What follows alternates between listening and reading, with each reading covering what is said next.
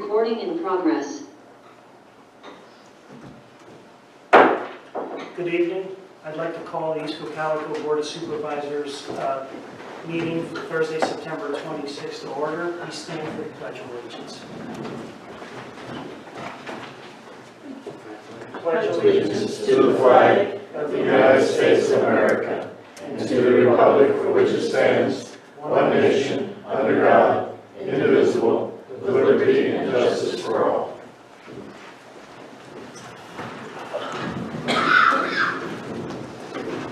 I would ask, as I always do, just to have everyone double check any electronic devices, make sure that they're either off or in vibrate, please, so they don't, especially phones ring during our meetings. I'd also like to say this meeting was duly advertised in accordance with the second-class township code in the Lancaster newspapers on December 23rd of 2020. There were no executive sessions that were held since our last Board of Supervisor meeting, and I would ask the board any comments, questions, or changes in reference to the meeting minutes for approval. I did not have any. Craig? No. No? Jeff? No, there was a Change? Yes. Okay. So do I have a motion to approve the Thursday, September 2nd Board of Supervisor meeting minutes? I'll make that motion. And do I have a second? Second. Okay, we have a motion and a second. All in favor? Aye. Motion carries. Interviews with digital law firm. That was, I mean, that wouldn't be an executive session because no decision was made. That was done on the first. that was on the first. That was the first. Yeah, that was prior to last meeting. Thank you.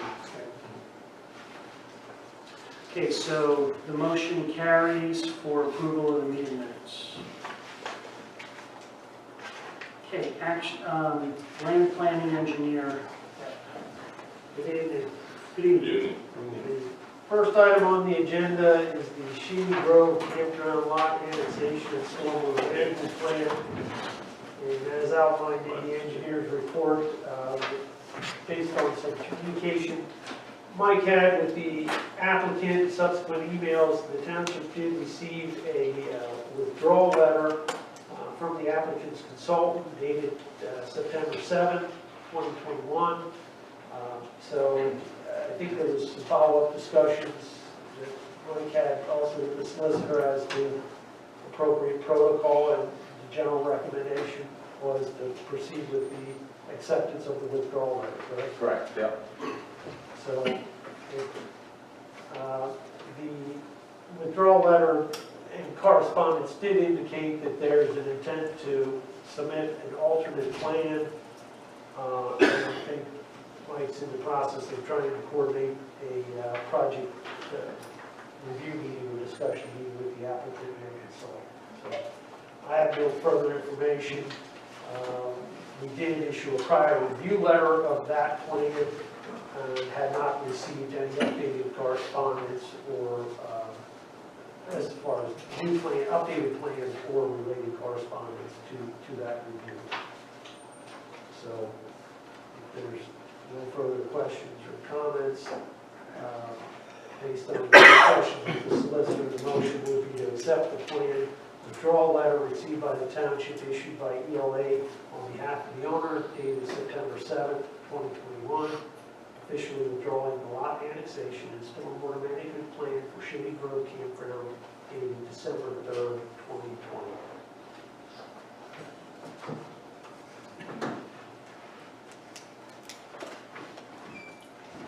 And is there anyone that will make that motion?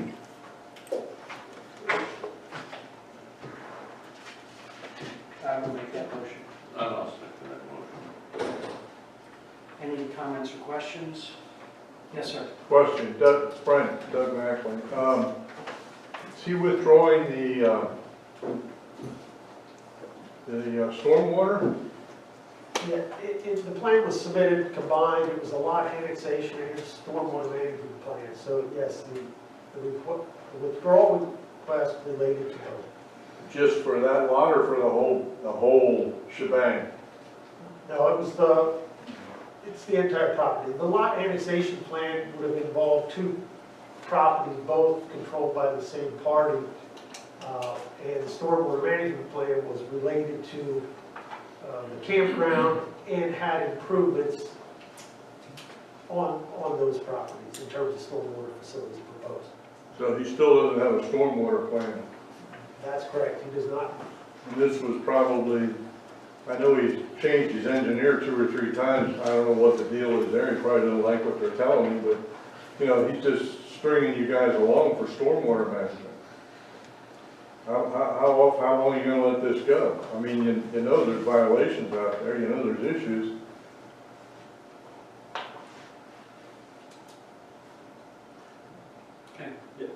Just from our end, I mean, the goal is to bring them in and sit down and talk and see where we go next. That's the plan anyway, and we're hoping to set that up as soon as possible and get that moving in that direction. And I know you're new to it, Mike, but this thing's been going on for years, the stormwater. He never had a plan, and then when he forced his hand, he decided to do it, and he's been dragging his feet ever since. That's my only comment. You know, somebody else in the township would have had to have it done a long time ago. Yes, sir. As a follow-up to what he was saying, as he said, it has been going on for quite a while, and he continues to work on the property and make improvements to the property with no plan in place. You drive by there after any storm, there's a lot of runoff coming out of that campground, down onto the roads and then following in the adjoining properties. It is about time something happens and something gets done. We've given him many extensions, he's still continuing to do the work, and he still is not submitting a plan and following a plan. Other townships wouldn't have tolerated it this long. Why are we letting him get away with it for this long? Okay, thank you. So we have a motion and a second. All in favor? Aye. Aye. Opposed, none, motion carries. Next item is Brewers Grove Road, Lot 4, stormwater management plan. As you may recall, there was a prior plan approved for Lot 5. There was 3 lots associated with this. There was some prior zoning hearing decision related to the Lot 5 property. Subsequently, that plan was approved and has proceeded to construction. Now we have received, the township has received submission for both Lot 4 and Lot 5, which we'll deal with individually here. The applicant's consultant, Ben Craddock, is in attendance and participated in the discussion. These are single-family residential lots along Brewers Grove Road, fairly close to the intersection, real close to the intersection of 897 and Brewers Grove Road. These were, I'll call them legacy lots, and have been around for a long, long time.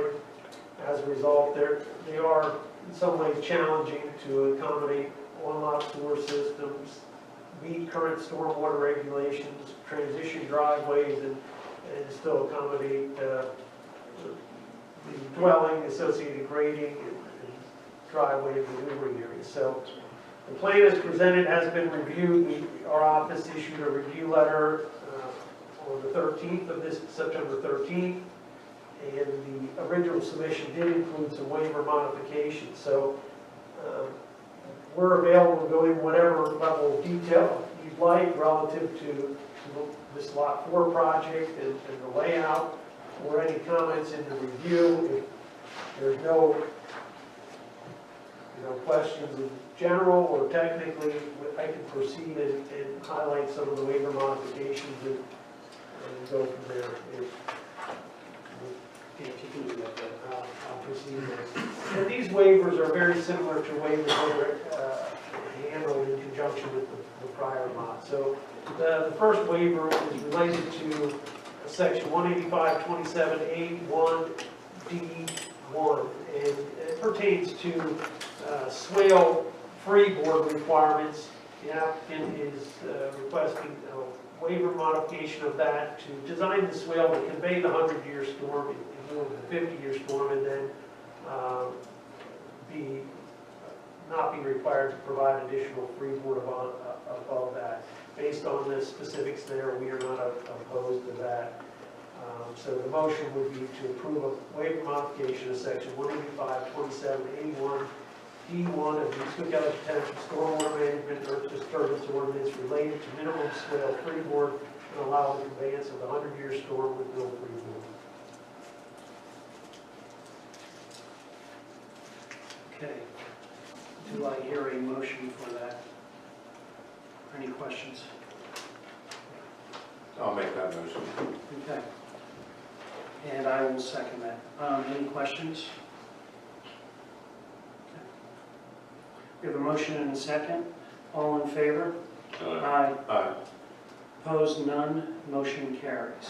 Next motion relates to the side slopes on swales. Typically in residential areas, the preference is 4-to-1.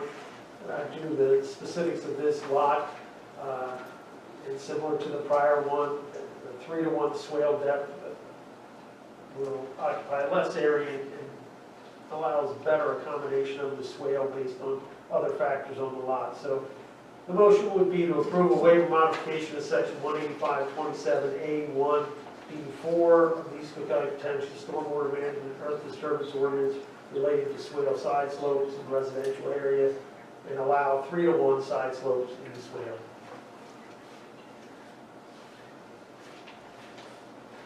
Okay, any questions on that? Just a Yep. question.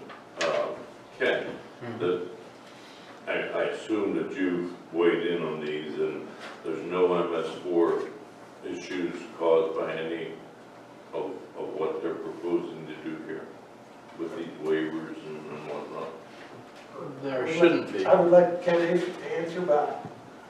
Yeah, I haven't really been involved in this, but in general, something like that, the side slope of the swales could potentially have a slight increase in velocity, which if there was erosion going on might increase it, but it would probably be small, and as long as there's a good coating of grass in the swale, it would be insignificant.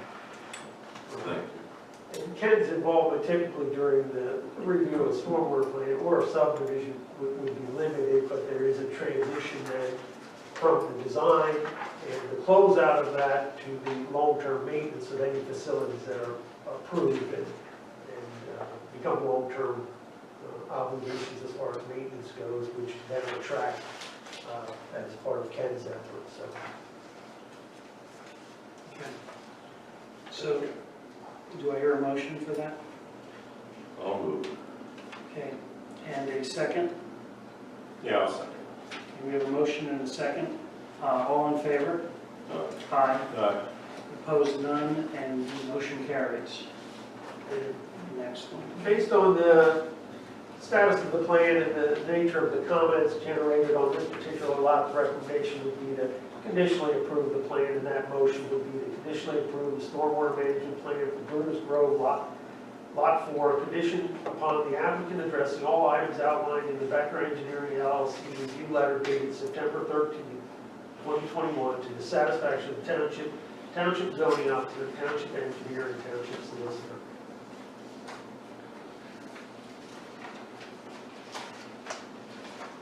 Okay.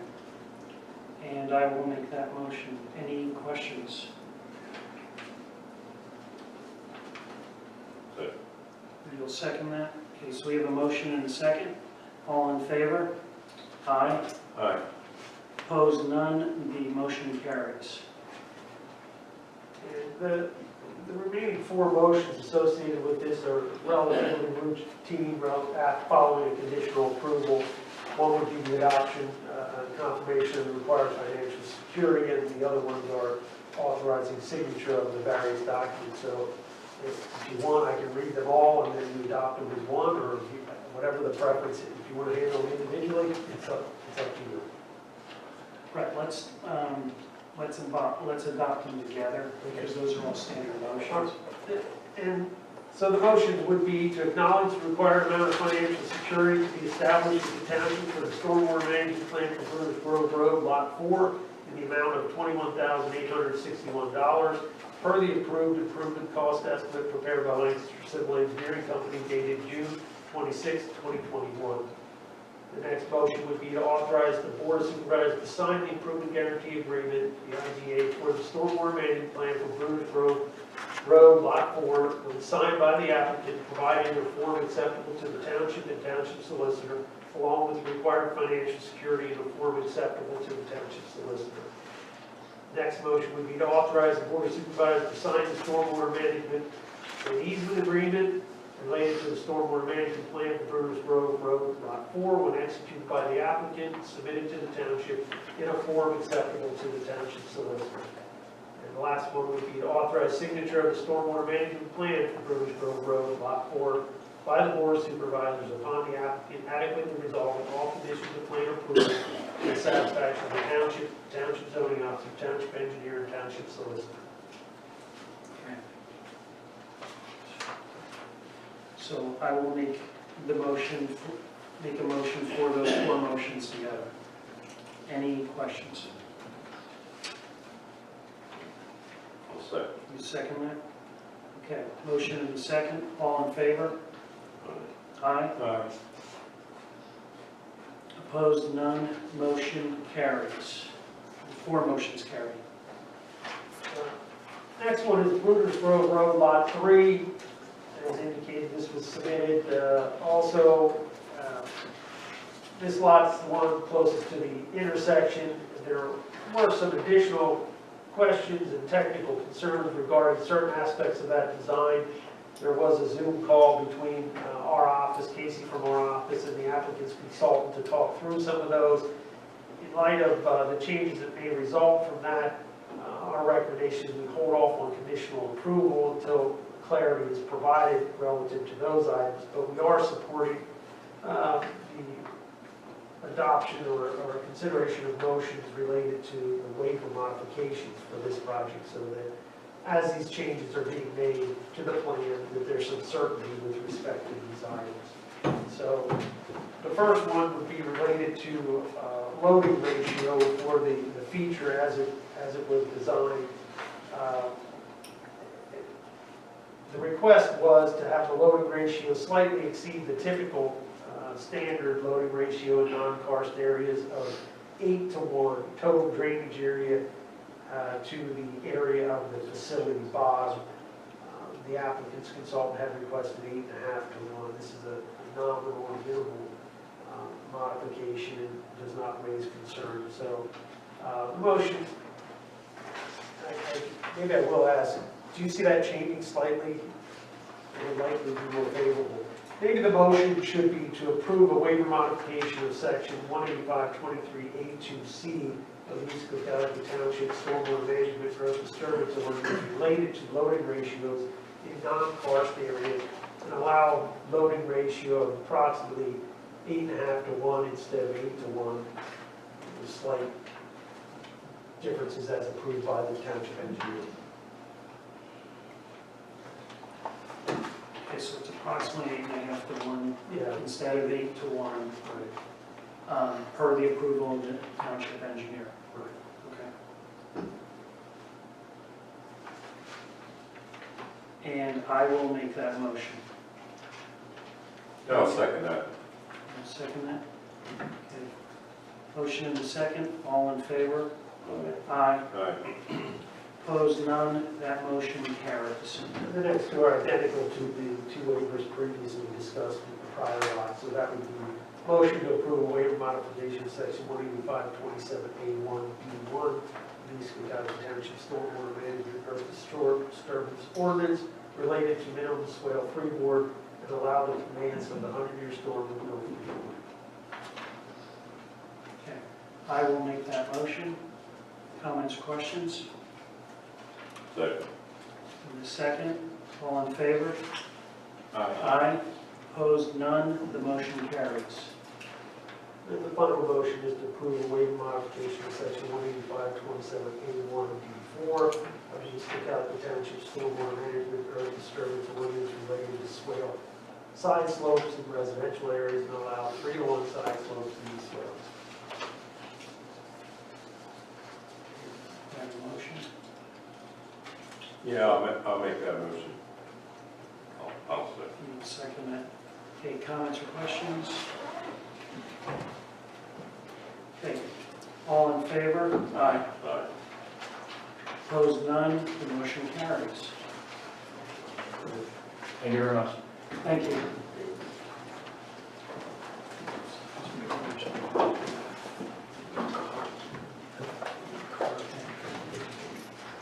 Right, do you have anything else for tonight? I don't think so. I think everything else is in capable hands. Thanks, Fred. Eddie, can you get that hands? If not, give me a call. Thank you, sir. All right, thank you. Okay, next action item is the Traffic Impact Fee Advisory Committee membership. Yeah, our last meeting on September 2nd, we had Josh Benton, who was proposed by the Transportation Impact Fee Advisory Committee. He was recommended for consideration for appointment to the board. He was not able to make that meeting because of the storm. If you recall, we were after that heavy rain event. I did invite him to the meeting tonight. I don't know if he's here. I don't see him. So I know in the past we wanted to get a chance at least to, you've read his information and the recommendation from the committee. So we did have a motion on for tonight to appoint him to fill the open position on the Transportation Impact Fee Advisory Committee. So you can either choose to do that, or if you want to wait to actually have him be at a meeting in person, we can postpone that to the next meeting. I think we can do that tonight. He's already attended the Right. TIF Advisory Committee and got their recommendation, so this really is just an official appointment. So, what's the wish of the board? Yeah, I'm okay moving forward. Craig? Okay. So I'll make a motion then to appoint Josh Benton to fill the open position on the Transportation Impact Fee, the TIF Advisory Committee. Do I have a second? Yeah, I'll second that. Okay, we have a motion and a second. All in favor? Aye. Aye. Opposed, none. Motion carries. And just as a side note, we did receive 3 additional letters from citizens interested in serving on the advisory committee, June Kimback, Harry Haas, and Alan Maxwell. Those letters of interest have been forwarded to the TIF chairperson. The board was made aware of them as well. And they'll be invited to the next meeting on October 19th. I believe it's 7 o'clock here. So they'll get a chance to meet with the committee as well. And if there's a recommendation coming from the committee, we'll get that. Okay. So next item is Planning Commission membership. Yep, with the resignation of Sidney Schlegel, the Planning Commission has a vacancy with a term that expires on December 31st, 2022. The commission received 3 letters of interest from residents that wanted to be considered for that vacancy: Sarah Maines, Alan Fry, and Alan Maxwell. The Planning Commission, as I mentioned at the last meeting, had indicated this is sort of new ground. They don't generally get more than one person to look to serve on that committee.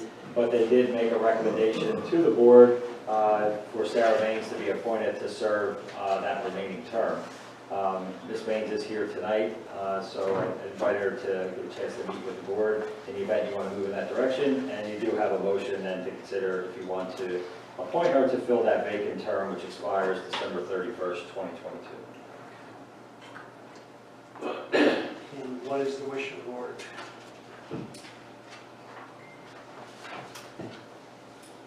The planning committee has already, Made the recommendation. All right. So you want to make that motion? I'll make the motion to appoint Sarah Maines to fill the open position on the planning commission with the term expiring on December 31 of 2022. And do I have a second? And I will second that. Okay, we have a motion and a second. All in favor? Aye. Aye. Opposed, none. Motion carries. Thank you.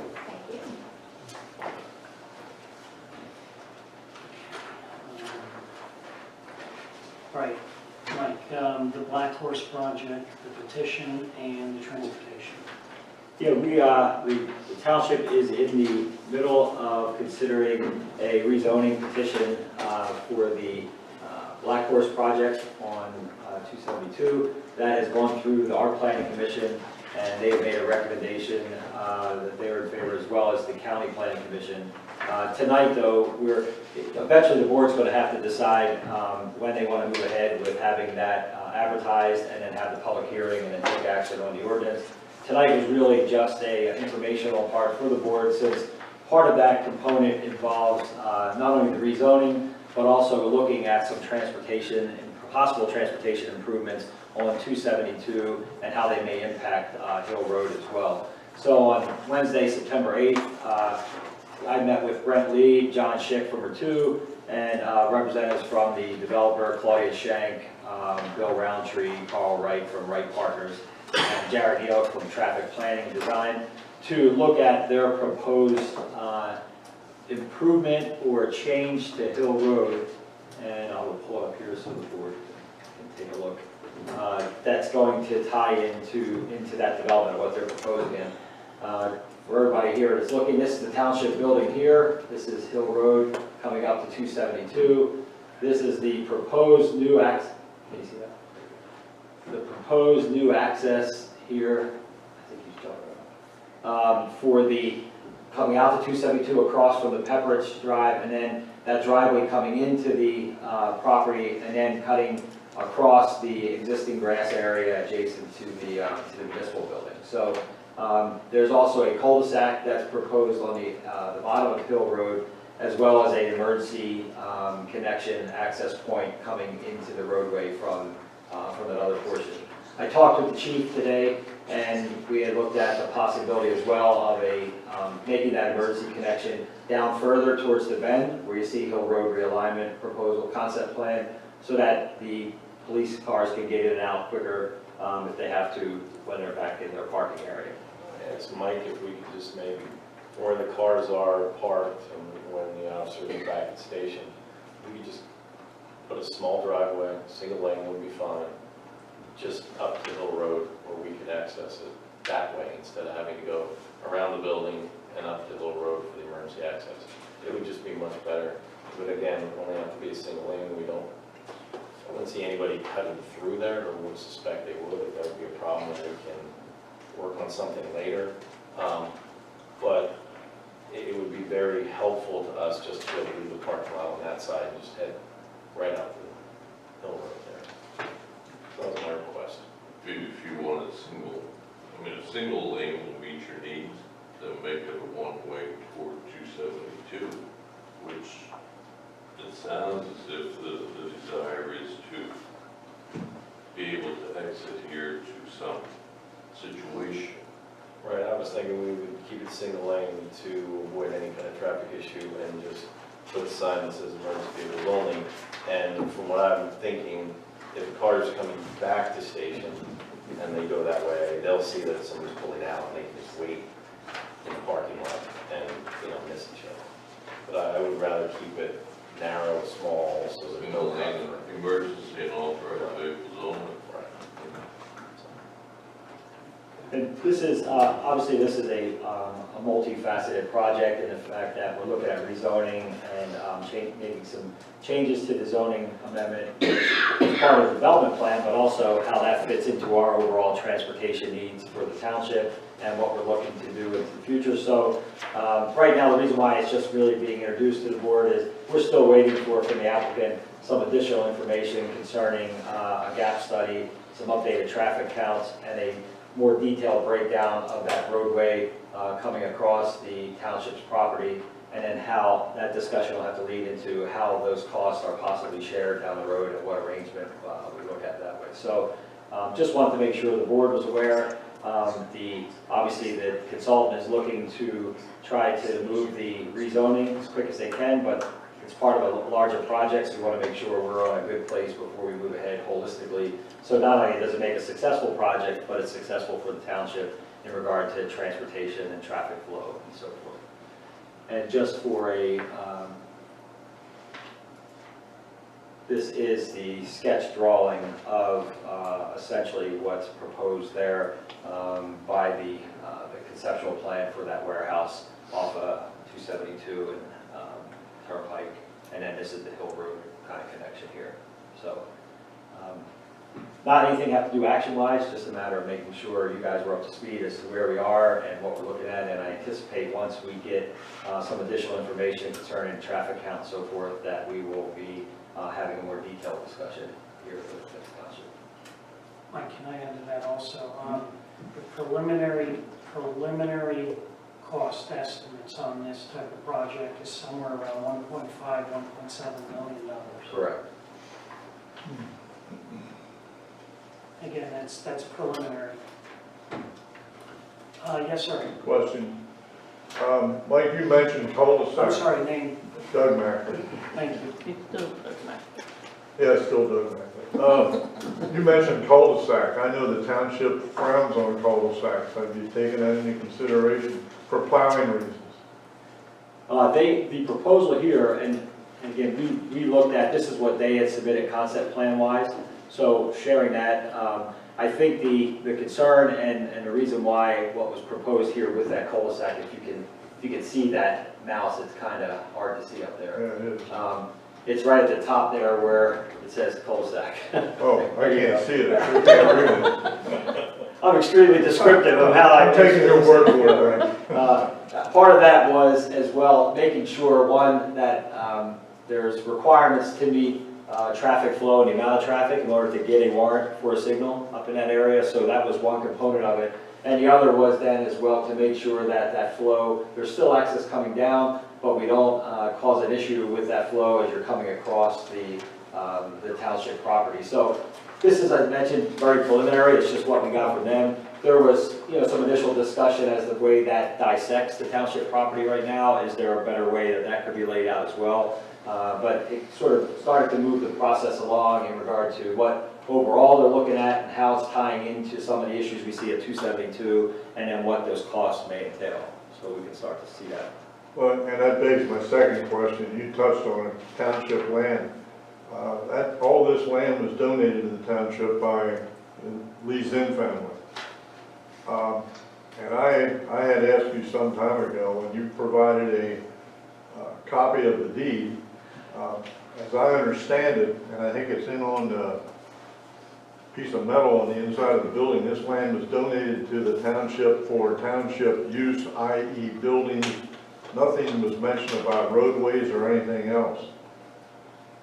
We're going to cut, as you said, we're going to cut our land, the land that was donated to us by a fellow who lives in Effort who had the diner up there, and we're going to lose all the ability of that land. I don't think that was his intent. I'm just throwing it out. I'm not picking on you. I know it's a concept, but you need to keep that in mind because I'd do some research on that before I'd go ahead and offer him that land. I really would, because that land was donated. We didn't pay a dime for it. Craig, you remember that? I do. What I recall is he being Lee, was opposed to the township going straight across at Hill Road, to go straight across and then make a bend to go back to Pepperidge and align that way. But I don't recall any discussions regarding how it would be handled on this side, just on the other side where that antique market is, and a billboard, if I recall. Well, like I said, they donated, I don't know how many acres there, and now we're going to give it up to someone that doesn't even live around here, has no interest in it at all, other than to make their building work. Why are we not selling it?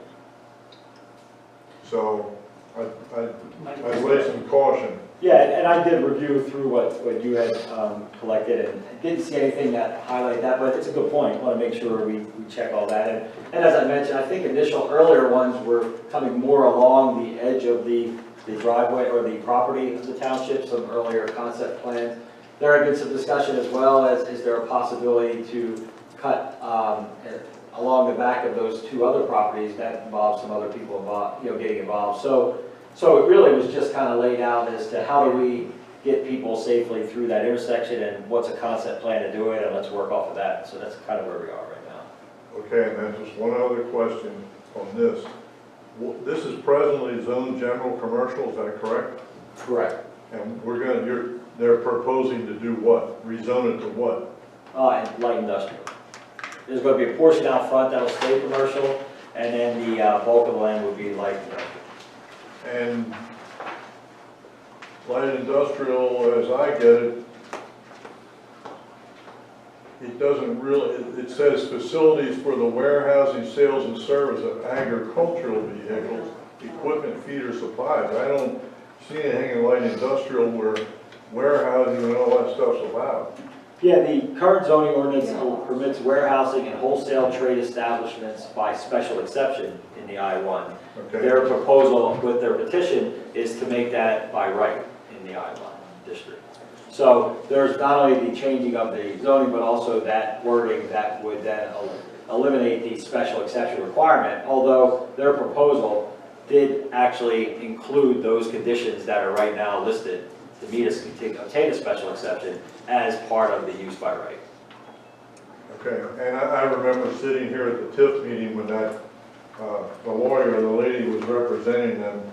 She gave us some bad information. She threw out the terms mixed use. There is no such thing in a commercial district. And I challenged her on it, and she quite quickly quieted down. But there is, mixed uses only applies to residential areas. It doesn't, it's kind of leading us down a path like this is the greatest thing since sliced bread. Okay.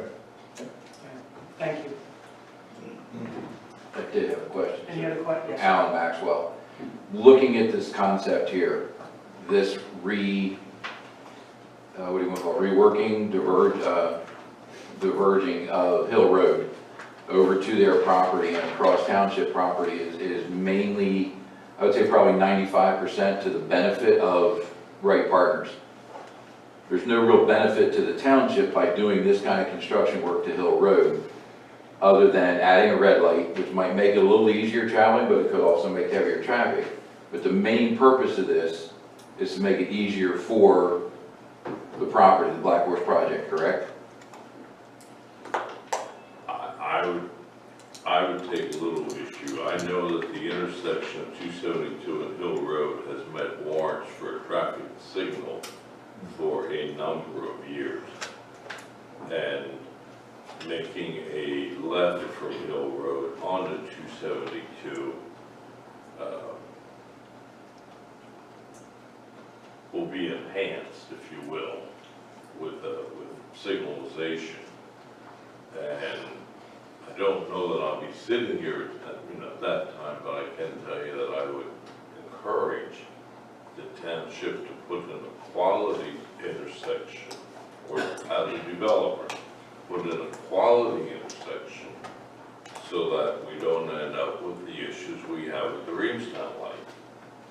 That would be my concern, that the timing of that light is strictly going to be beneficial to Black Horse project and create more congestion on 272 than what we already have there during the rush hours. If those lights aren't timed properly with Colonel Howard Boulevard and that's light, it's going to be a nightmare for the residents getting through that area. And I've seen intersections where they time it to the benefit of the business at that intersection, not to the benefit of that road traffic. I agree with you. Yes, sir. Well, and Craig, what makes that even more challenging is the choke point going across 272 crossing the turnpike. You've got a choke point there, so you're going to have a light up here and you're going to have a light down there, and it narrows from 2 lanes down to 1 and then goes back out to 2. You can't change that. It's impossible to change that. The state's not going to do it. The turnpike isn't going to pay to do it. The turnpike's broken. Right. Well, you and I remember the time when PennDOT flat out would not allow a traffic signal within 1,000 foot of another one. And then came along Shennick Road and CVS. And if that's 1,000 foot, I'd be surprised. So I know that PennDOT has changed their tune on that a little, but do they need to be tied in? Absolutely. And that's part of this is a concept. Right. And that's part of the concept. So you start with the concept drawing, I understand that. which we have here. And based on the concept here, then they'll proceed with the modeling of the traffic signalization. Does it make sense? Line of sight distances, all of those other things are going to come into play. And I would say we've had, sorry, I mean, we've had several pedestrians struck at Hill Road. Yeah. Recently, because pulling out, pulling in, crossing there, there's no sidewalk, and for officer safety too, I know that's not the end all be all, but pulling out on Hill Road is dangerous when you're going to an emergency. That's my biggest concern, sir, is we look at it as from the township's benefit, not the project's benefit.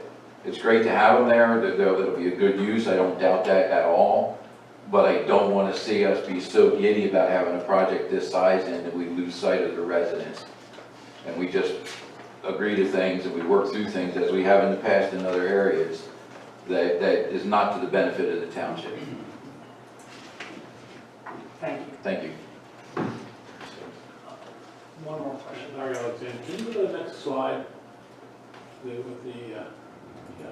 What's the size of the track and the size of the warehouse? It might be there, but too little to read on the side we're gonna have. The warehouse, I believe, is 300,000. The total tract, I have it here. 33.989 acres.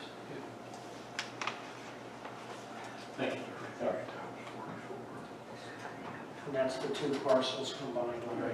So one parcel is 26.4 and the other one's 9.7.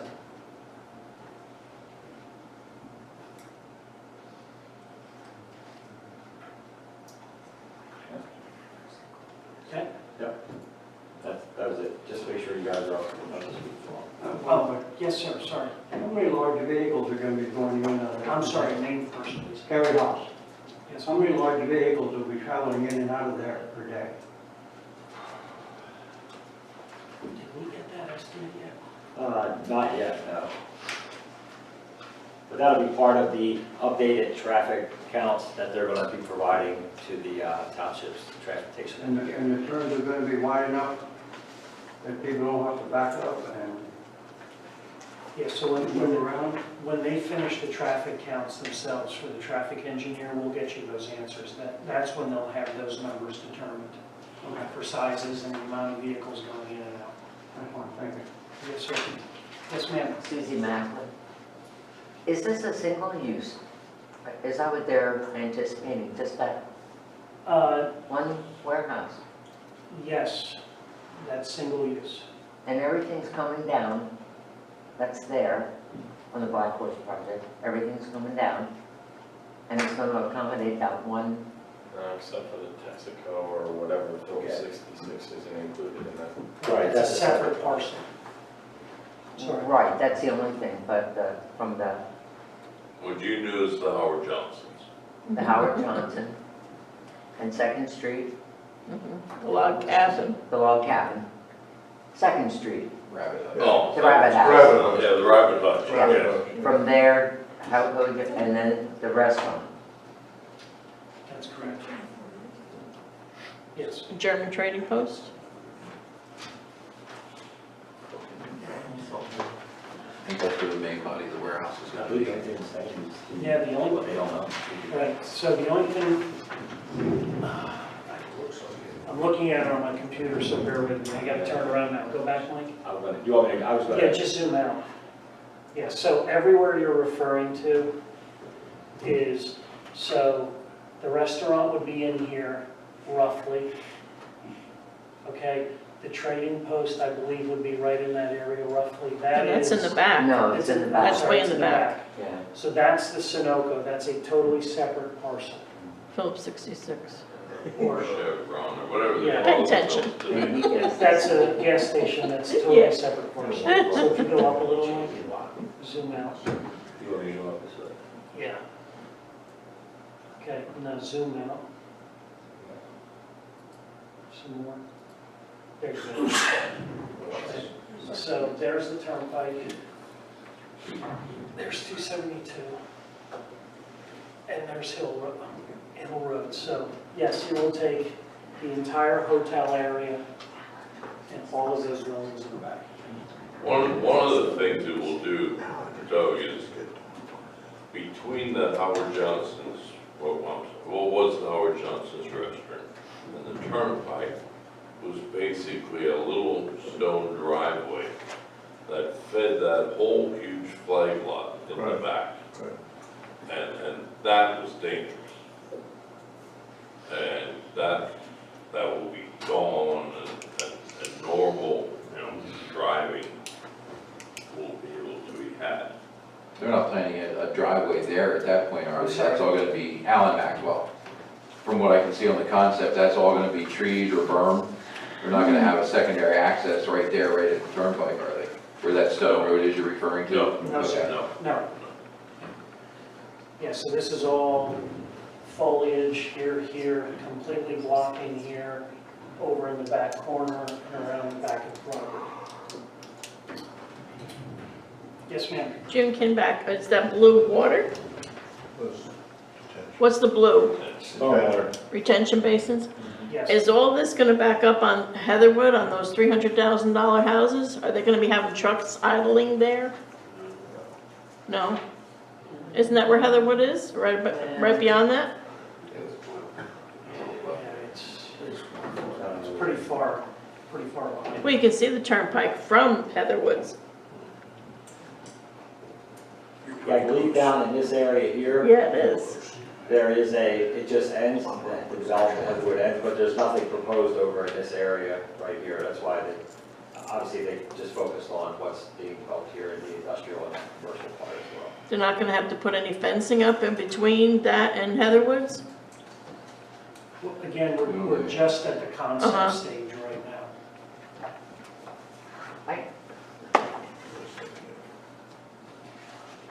Yes, ma'am. Susie Mackley, will there be a zoning hearing, I'm sorry, when you rezone, will that be we have a public hearing on that? Yeah, eventually, at some point, the board's gonna have to then, essentially establish that date of when that would be held, and then the ordinance, proposed ordinance will be advertised, there'll be a public hearing, and then they can take action on the ordinance. So, the other components were that the first part is that they accepted it, started the process, the planning commission had the opportunity to review it and make a recommendation, the county had an opportunity, county planning commission, opportunity to make a recommendation and review it, and now it comes eventually down to the board deciding when to create that public hearing, to get it advertised, and then people will be able to have a comment on it then. And ours and the county were both in favor of it? Yes. We're tearing down a restaurant, lodging, a little business for more trouble.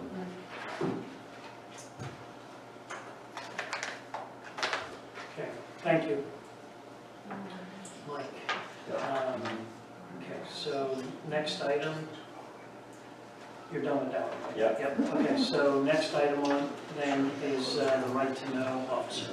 I went to Heatherwoods. Yeah, since That's right Chief up was against doing that. double duty for a while there, he was serving also as the right to know officer, and then since I've come on board, I've kind of moved into that capacity as well, just as the former township managers have done so. So the thought is to make it official and to have me appointed as the right to know officer, and then the chief would be serving as the alternate right to know officer.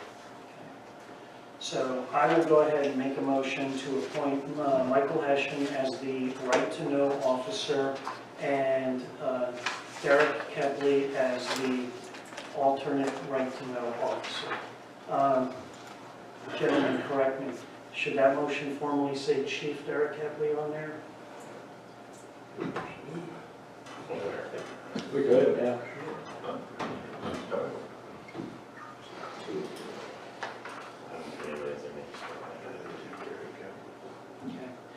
motion, do we have a second? Yeah, I'll second. Motion and a second, all in favor? Aye. Aye. Opposed, none, and the motion carries.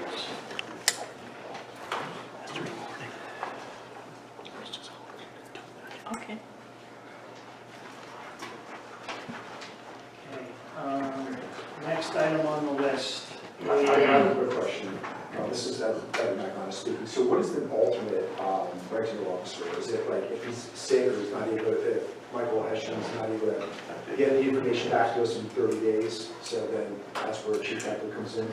Well, there will be times when Michael is, I mean, he's got 20 years in the job, so he's got some vacation that is due him, that he's earned. And you're right, there are certain deadlines for right to know. And I don't know that you get an extension simply because your right to know person went to see Mickey. So that's why you need an alternate. Gotcha. So just to ensure that all the deadlines to the regulars are being made in the event that he's incapacitated. So, Yeah. Incapacitated.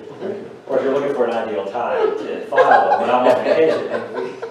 I'm just asking questions, that's all. Just want to understand, just make sure everything's that's right. And I've handled most of, we had the agreement before where I've handled most of the police department right to know requests.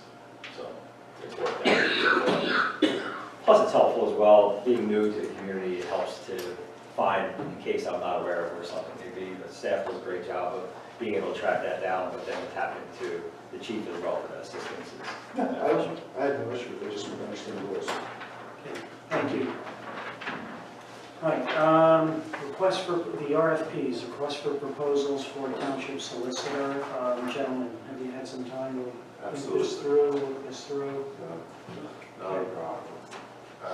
Just for informational purposes, we interviewed 3 different firms.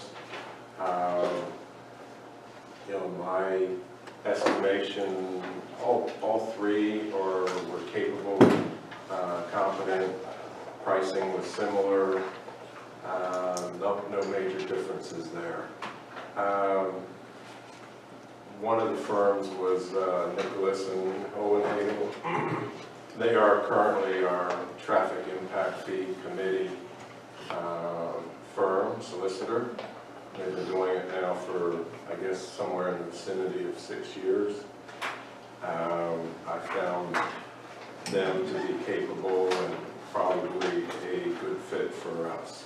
So it would be my intent to make a motion to appoint them alternate township solicitor. And I will make that motion to appoint them alternate township solicitor. Okay, Craig, any comments? well, I will second it so we can have discussion. You can't really have discussion Right. without a motion being seconded. Okay. I will second.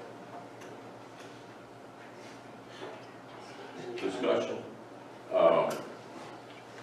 just have a couple, I can say a couple of things. Yeah. Yeah. I think, but So just for the public's understanding, we spent quite a bit of time on this. I believe our executive session, we started that interview process at 1 in the afternoon. Yeah, I think we were done at 5. We started at 2. 2. Yep, and we got done around 5 or so. Around 5-ish, just after 5 o'clock. I agree with what Jeff just said. The firms were, there were good discussions. The firms were all caliber-wise. They were all very, very, very similar. Just so the public understands, some of the questions that were asked and that I asked was, what was their, I have some of my notes here, just again, so you understand what went on behind the scenes here. What was the litigation experience of the firms? How much of a percent were they doing in terms of work with percentage in municipal litigation, percentage in contracting or procurement litigation, what was the breadth, depth, and bandwidth that they had within the firms. I think that's very important, and we had discussed many things, and one of those things was what was the breadth, the depth, and the bandwidth. Mainly, do they have enough staff to be able to handle everything that they're handling, as well as give our community in East Cocalico the level of service that we expect in legal matters.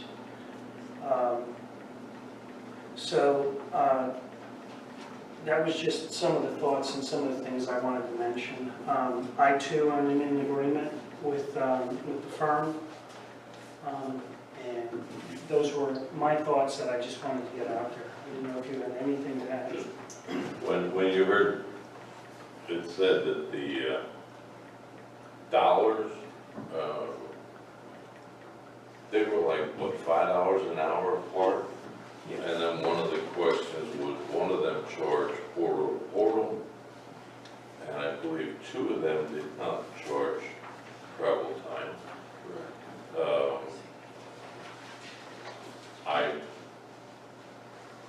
When I was at the county, Nicholas O'Donnell did some work for us, and one of their staff, Lisa McCoy, is still in that capacity. And I'm out of there since 16. So I hope that means they're doing a good job. But I'm unanimous with the board in appointing Nicholas O'Donnell. And just to add a little what Craig said, there was information that there's roughly two dozen attorneys on staff there, specializing in many different things. So there can be a lot of in-house information exchanged, and I see that as a big plus. So, yeah. Call for the question. Okay. Any other comments, questions? Yes, sir. Doug Mackley, who were the other two firms, please? Morgan Holgren. Morgan, Holgreen, Croswell, and Kane, and the other firm was Hartman, Valeriano, McGovern, and Lutz. They're out already? They're out of Sinking, Wyomissing. Yes, sir. Thank you. Okay. We have a motion, we have a second. All in favor? Aye. Aye. Opposed, none. Motion carries. Mike, you'll go ahead and... Yeah, I'll contact them tomorrow. We'll have a written notification of award, and we'll also send a letter to all the other firms who submitted RFPs and who interviewed to let them know. As a courtesy, yeah. Let me give them a call also, because Sure. they had asked for that. Is that okay, Jim? Yeah, and assign some work.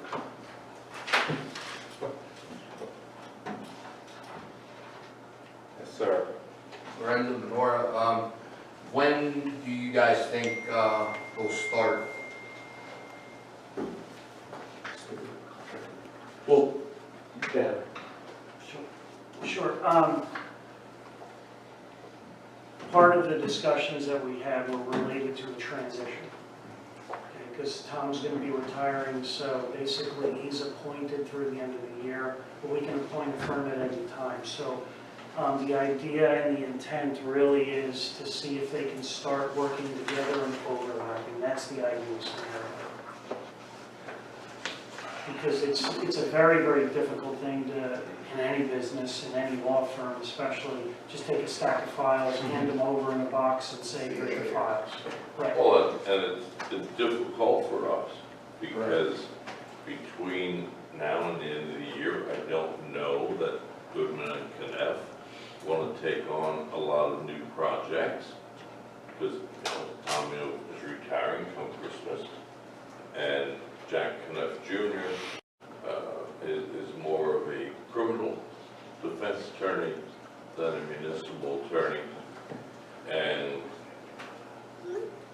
can't wait until the clock strikes, 12 on January the 1st. Understood, thank you. Okay, thank you. So the next item, like the trash-a-thon fundraising event. Yeah, we received a letter from the Lidditz area Mennonite School for their Trash-a-thon 2021. They're preparing that, the date's Thursday, October 7th, and the rain date's October 14th. It's a fundraising event for them. It benefits both Lancaster County communities and the school. They do a 5-hour workday with students, solicit neighborhoods to try and get donations with obviously teachers and adult supervision. And then they work through pickup litter on 240 miles of roadways, parks, churches, and commercial properties. So the letter came in, and I guess I initially thought that this was something they do every year, but I asked Lisa to reach out to them just to get an idea of what streets that they provided on and where they're going to go. And I believe most of the ones that they had listed are more so in Clay Township and in West Cocalico Township. So there didn't seem to be there was a possibility of one being in East Cocalico Township. So we'll confirm, again, to make sure that they are going to come in or if they're going to come to one of our parks. I know in my other life in Denver, there's been times where schools have come in like this and done a specific park and asked to do that. So obviously, if we could get them to come into our community and do a cleanup, it's a benefit for us. But just wanted to make sure and confirm so that we knew where they were going to be and that if they did have a street they were familiar with, that we could advise them if it wasn't safe or not safe. So there is a motion to approve the Lidditz Area Mennonite School Trash-a-thon 2021 fundraising event to be held on Thursday, October 7th, 2021, rain date of Thursday, October 14th, in cooperation with notifying the local fire police the day before the event. Again, they try to stay out of any busy roads. If there's something that needs to be picked up according to their letter in regard to if it's something sharp, if it's in an area that it looks like it could be an issue that it's too busy, that they would then shy away and the adults would take to do that. So they want to keep their kids safe, want to give them a chance to do some community service and see if they benefit the community at the same time. So do you want to confirm that they're going to be on our road or? Well, all the roads they listed, the only one that could possibly be ours was a long lane, and I think the long lane they were referencing was in West Cocalico. Was in West Cocalico? Yeah. So right now there's none there, and whether this was just something that went out to township, they weren't quite sure where those lines were, I don't know. So we still have time to the next meeting to we can confirm if they are. Let's get clarification on that one. So I was anticipating we would see some of our streets on there, but evidently they haven't done this in the past year, I guess, huh? I think they've done it in the West before, but I've heard about it before, but Okay. I'm not sure. Okay. So we'll confirm, and if they do not have an East Cocalico street, then it won't be anything we'll have to take action on. Okay. Okay. So the next item is the Cub Scout Pack 60. Couple of race.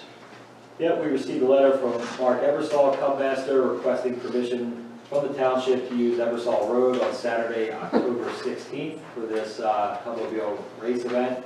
The road will be closed from 8 a.m. to 12 p.m. and residents on Ebersol Road will be notified and will be able to be with fire police help redirected around the area. So it appears that this is an ongoing project here, and a very good project in the township, and just looking for a motion from the board to authorize the closing of Ebersol Road P746 on Saturday, October 16, 2021, from 8 a.m. to 12 p.m. for the Cub Scout Pack number 60 Cubmobile race event in cooperation with the Scout leader notifying the fire police before the event. And I will make that motion. I will second. Any questions? Yeah, Craig, where is this Ebersol Road?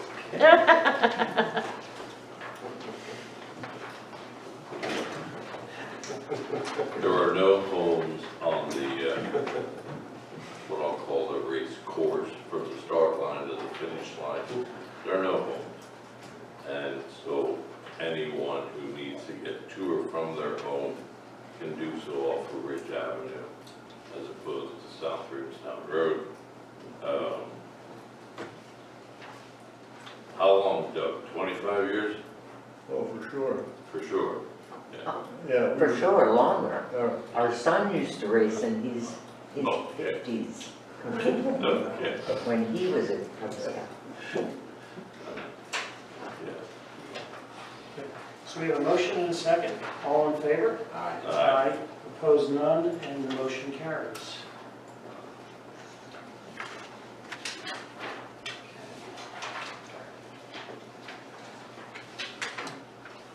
Managers report, Mike. Okay, the first item is a discussion and action item concerning the Cohen Law Group proposal. If you recall, during the last meeting, the board we discussed going and getting a proposal from the Cohen Law Group to look into updating our current wireless facilities ordinance and enact new wireless facility design standards to meet the changes in the legislation that the governor signed off on in regard to Act 50. The benefits of doing this, we'll be able to address with our ordinance new technologies, including any 5G and small cell facilities. We'll be able to incorporate as well the new requirements for wireless facilities in the right-of-ways in regard to applications, approval requirements, height limits, co-location requirements. So to give the municipality a little more control over when a company wants to come in and put one of these into a right-of-way, determining how it goes in, what right-of-ways it can go in, and what their application process will be. The ordinance will eventually develop design standards that will be for our community that they would have to meet, incorporate all the regulatory changes that the state law has put into effect, give us an opportunity to assess fees for both applications as well as recurring right-of-way fees. It gives us legal protection, indemnifying the township, and a set of enforcement tools and mechanisms if someone doesn't follow through. So I did reach out to the Cohen Law Group. They provided a scope of services, which includes a couple phases, one being a project launch and ordinance review. They'll review the township's ordinance and arrange a conference call with the solicitor, manager, zoning officer to determine priorities for wireless regulation here in East Cocalico and to make specific recommendations concerning our ordinance and the new state law as well as design regulations. They then will amend the township's current ordinance, incorporate these new technologies and regulatory changes, also propose a fee schedule, which the board will ultimately decide on. It's designed to preserve, obviously, the character of our neighborhoods. Obviously, you want to control if everything in a development is underground. We don't want to have a company coming in and putting wooden poles up in that development for these type of standards. We'll recommend establishing design standards for the small wireless facilities, and then the attorney will also prepare these design standards in a separate document. And then the third phase is a refinement, so that'll come through, get discussed locally here. The board will have input, it'll be at a public meeting, so I'm sure there'll be questions and comments. So that final ordinance will be modified, and then it will transfer over to the township solicitor to be inserted into our code of ordinances. So the existing set of codified ordinances will be modified to fit this in. The cost to the township to do this is $4,800. That is the standard cost that Cohen Law Group is charging every municipality. Denver Borough got the same cost of $4,800 for theirs. As you recall, I did approach, I had heard through the municipal grapevine that maybe Morgan Hallgren and Crosswell and Kane was doing something like this for municipalities. They did confirm they're doing it for their clients. So we couldn't jump into that. I just was looking to compare if maybe there was a way of accomplishing this at a lesser cost. Not that I even know what Morgan's cost is to the other municipalities. But so right now what we have is we have until, I believe it's October 28th for the new regulations to go in effect. This will require, since it's a modification to the township zoning ordinance, it will require the same sort of process that we're seeing the Black Forest going through. I don't know if there will be the benefit or the possibility of combining those at the same time, because I'm not quite sure how long it's going to take for the, if we do go ahead and contract with the Cohen Law Group. A lot of that's going to depend on how quickly they can turn around that first draft and meet with the township. So it'd be ideal if we could do that. We could try to, save some costs, but we still have our advertising. We're really not going to be able, it's going to be difficult to combine those two. But at what point, I mean, if it's the same to Denver Borough, East Cocalico, and sounds like others, at what point is this simply cookie cutter? Yeah, it's a, well, the cookie cutter component would be bringing in the regulations from the state. The goal then is to present those to each community, and then each community then will decide in some of these design standards what works best for that community. And I know in the past, Denver has limited to where these can go above ground, only in places where there's above ground utilities. And they made sure that they couldn't go into any there where everything's underground. So as this modifies, I think the next big item would be looking at internally what our right-of-way fees would be, what our application fees, things that the township then can make sure our costs are covered as we're implementing and following up on that. So there'll be a, you're right, there'll be a standard component to meet the state on, but then there'll be a modified part depending on each community and how it best fits that community. Mike, let me add something here. So when we were, just to give you an idea, full circle of when we were interviewing the law firms for township solicitor back on September 1st, one of the questions that I asked them, and this leads into the Cohen Law Group, which is out of Pittsburgh, okay, is one of the questions that I asked was, what was the biggest challenge for the firms that they saw going forward? And interestingly enough, Nicholas Hollendale actually responded by saying they saw that the biggest challenge for their firm is the development of specialized law in as a result of technology and a number of other areas. This is that specialized, this is the example of that very specialized law on the technology side. So just for informational purposes. Thank you. So, I do have this. Yes, ma'am. Cheryl Forsyth, the wireless, does this include like communications or 5G? yeah. It does? Yes. Okay. It's about, it's wireless facilities in the right-of-ways and where they can be placed in the right-of-ways for 5G and how they can be placed in those right-of-ways. And at a future date, will we know where those are being designated or where they're going to be placed? Like how close to residential and? Yeah, the ordinance development itself, since it's modifying the zoning ordinance, will require a public hearing before the board can take action on it. And then those, when that gets put into place, and if someone does come in to try and put a facility in according to the ordinance, there's going to be an application process which would have to be approved by the board at a public meeting as well. And So. not to have it near schools and so forth. Would that probably would be part of the process? I think part of that would be part of the discussion as to what that internal ordinance for each locality is. Thank you. So there is a motion in order to get this process started to authorize the chairperson of the Board of Supervisors to execute the proposal for wireless facilities management services submitted by the Cohen Law Group at a cost of $4,800. So, Okay, and do I hear a second? I'll second. We have a motion and a second. Any other questions? Okay, motion and a second. All in favor? Aye. Aye. Opposed, none, and the motion carries. Thank you. Okay, next item is at a meeting earlier this I guess, summer. I shouldn't say the whole year. We had discussed the looking into having a proposal done by the traffic engineer to look at the Church Street and SR 272 intersection. So I did contact Ritu and spoke with John Schick and asked them to put together a proposal. They did just return one for what they call Step 1 traffic analysis and concept plan for Church Street and the 272 intersection. That includes a couple components. The intersection traffic analysis, conducting a 15-minute manual turning movement, classification counts at the intersection, looking at future daily and peak hour traffic volumes, evaluating a signalized intersection as well as a roundabout configuration, and preparing a report that summarizes the data collection, analysis, findings, and recommendations. The second part of that is concept plan and construction cost estimates.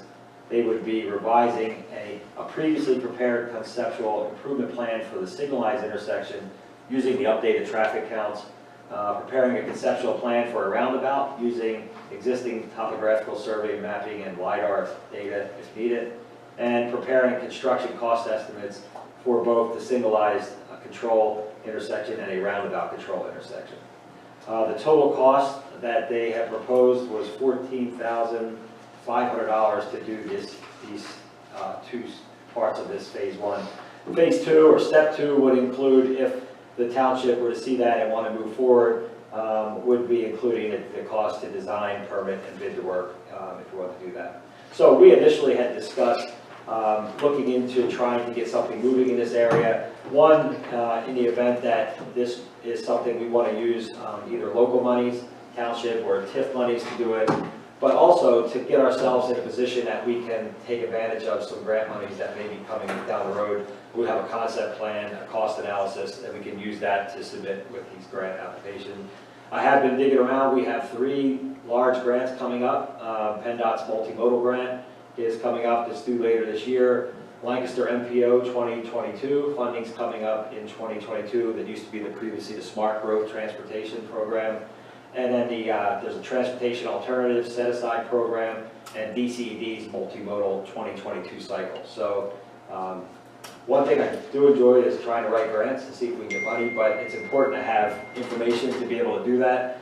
And this would be one way that we could at least begin to build that base information and to see if we may be able to access monies that can help the township accomplish some of the goals using some TIF monies, township money, other monies to get our projects done. To show that we're serious about this. Right.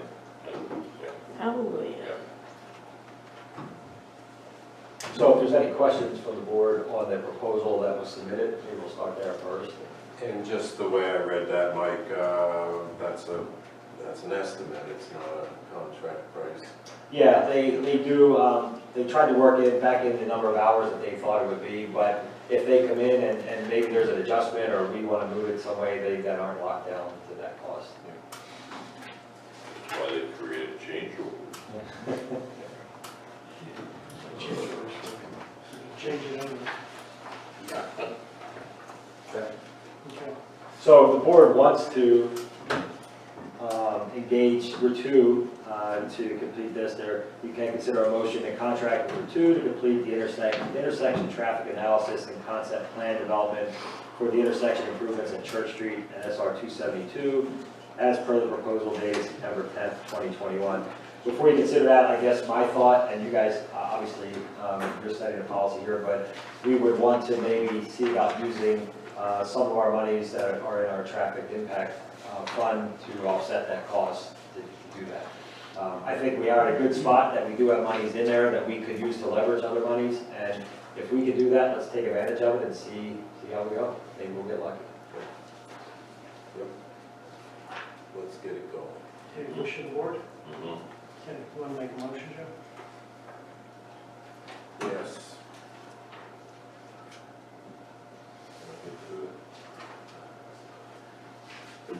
I don't think they have it listed on there because of that claim. I don't think they did. Okay.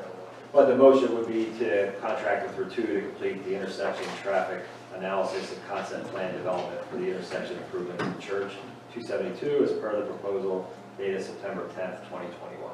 And I will make that. Okay, do I have a second? No second. Second. Okay. Any questions? Yep. Jim came back, are they looking into properties that are already in business, or are they looking at properties where the land is vacant? Meaning, well, the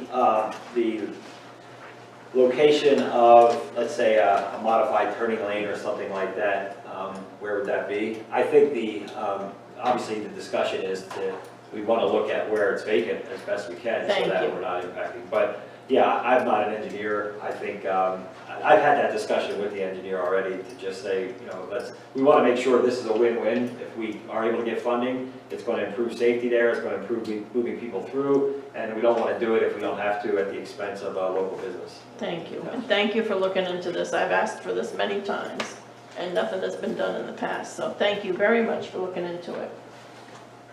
Yes, sir. You had mentioned, I'm sorry, name, a please. quick word, roundabout, or what do you mean by that? Well, a roundabout is I guess in the county, I think they have one in Warwick Township now, there might be a second one coming in. It's when you you don't have a light at the intersection, but it's controlled by movement around the intersection, so you would be coming in, you could get off, you could continue as a lane and continue on the direction you're going, and it's based primarily yielding, people are yielding to other one side. Yeah, circle.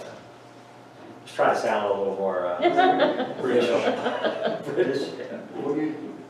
I'm a transportation guy, okay. What do you do with the large trucks?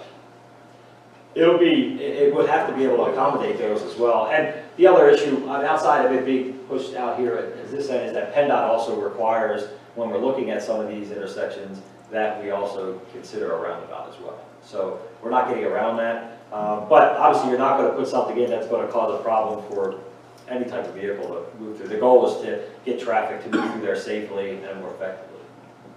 The roundabouts normally aren't big enough. Yeah, I would think that on a main road, you'd have to meet PennDOT standards, be able to accommodate the traffic that's traveling through there. Yes, sir. Alan Maxwell, just as a way of information for the gentleman, if you'd like to see how a large one works, 222 north of Reading at the Fleetwood interchange, that used to be a terrible, terrible road, red light there with a lot of backup. They replaced that with a roundabout, and it is one of the smoothest spots on 222 now for traffic getting through. They have no accidents or very, very little accidents compared to before, and traffic moves through there very well, including trucks. And there's a Sheetz on one corner, another large, like a Tom's or something like that on the other corner, and there's no inhibition to any of those things for getting around through it. It is really, really good, and I think for that intersection, it'd be a great idea to pursue. We have a lot of large industries here. We have mobile home industries, we have concrete industries. 222 handles all of that every day, and this roundabout does very, very well with that. Okay, thank you. So we have a motion and a second. All in favor? Aye. Aye. Opposed, none, and the motion carries. Thank you. Okay, Williamstown Municipal State Park. Yeah, the Dreamstown Municipal Park Skate Park, I got an update on September 5th that the Armament Concrete had completed the skate park. They said that some additional grading and seeding needed to be done as per the contract that was done by others according to the contract. And as I looked through that, I ultimately jumped to others meant us that had to do that, which we have taken care of that. It's been seeded. The dirt's been brought up to speed. We still have the area, it's fenced off right now, but we anticipate that that will be changing as of tomorrow. The invoice that was submitted from Armament Concrete was $24,825, which is $3,625 higher than their estimate that was provided and approved by the township earlier this year. According to Mr. Armament, these additional costs were for the stormwater management system that was installed as requested by the township, included additional stone, pipe, labor, and excavation. He said they normally fill in the dirt, use dirt to fill in the subbase, but the BMP required a deeper stone base to absorb the water displacement. We did conduct a site inspection on September 7th. Saw that we re-secured the fence because I think when some the kids saw that the fence was there, it didn't mean that they meant you had to stay out of it. So they were crawling over, some kids were using it, so we re-secured that and made sure that that was at least brought up to speed while we were still waiting to get the grading and all that done, which I'm happy to say was completed today. We did also have had to get the signage in place, which we did receive the rule sign, and that was posted today, as well as working with the Reamstown Memorial Park to make sure the sign leading from the municipal park to the Memorial Park says that you can't use skateboards or scooters, and we wanted to make sure we matched their sign to make sure people were aware that they were entering a different park and it had different rules. So we're trying to take care of that, get that part in place. From a stormwater end, Ken McCrae did go down and do an inspection this week for compliance. He did notice that it was following a rain event, so in the bowl itself, there was an area of water that ponded down below, right next to the drain. So that was obviously a concern because this facility is going to be used all throughout the year, and in the wintertime, you may get freezing, and someone may not see it, and then it will slip. So I did contact Matt Arman and asked him for his input on how they plan to address that. I'm happy to say they did come out and cut that area and where the drain is, and then re-concrete it to make sure that that drain was in a low area, and that water is going to, at least now, according to design, will flow into that and not pond adjacent to it. We do have, I think I have a couple of pictures of just that area. Okay, this was, just to give you an idea, this was the area, you can see the grade of what they have there that they cut out today at the bottom of the bowl, and they sunk this a little so that that water would all move down and not, it was sitting up in this area. And I forgot Ken is here, he's back by the computer, he saw it firsthand, so, and marked it out for us, which helped share that with Arman Concrete. So we did also meet with the township's insurance company to do an inspection. I called them and they said, oh, when are you guys going to start to build that? And I said, oh, it's constructed, so we need to do this real soon. They came out quickly that same day. We went and did a review of the rule sign. We discussed whether the facility was going to be fenced, whether cameras were going to be installed, how it was going to be patrolled by the police. Went through all the components of it. We talked about maintenance, which I'll have to relay to the road crew because, you know, we have a bowl there. It's next to a walnut tree. There's some leaves that come down. Sometimes there's other debris. Want to make sure that we keep this safe and it's used and no one is hitting a stick or anything like that. So the repairs are done. Everything's been posted and it's added to the insurance. So tonight, as part of the list of bills, the board will be considering the payment to Arman Concrete of the amount due.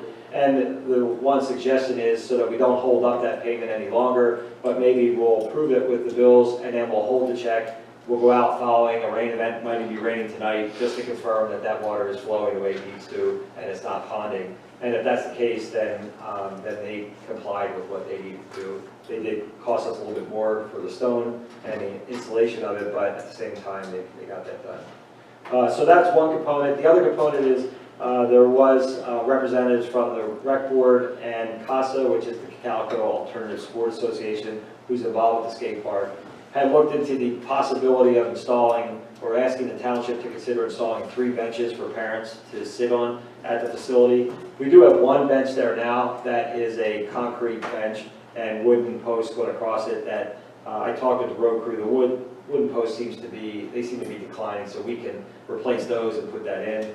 But they had picked out a couple benches that cost between $300 and $410 per bench.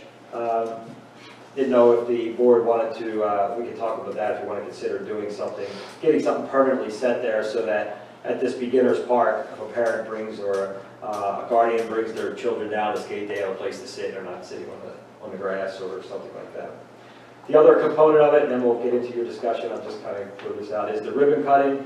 As you recall, we have a ribbon cutting for this facility for Sunday, October 17th, beginning at 1 o'clock. They have asked for the board members to come. I think the rec board members will be there and probably be people from CASA. They were looking to get together some food trucks, things like that, to celebrate the opening of the park.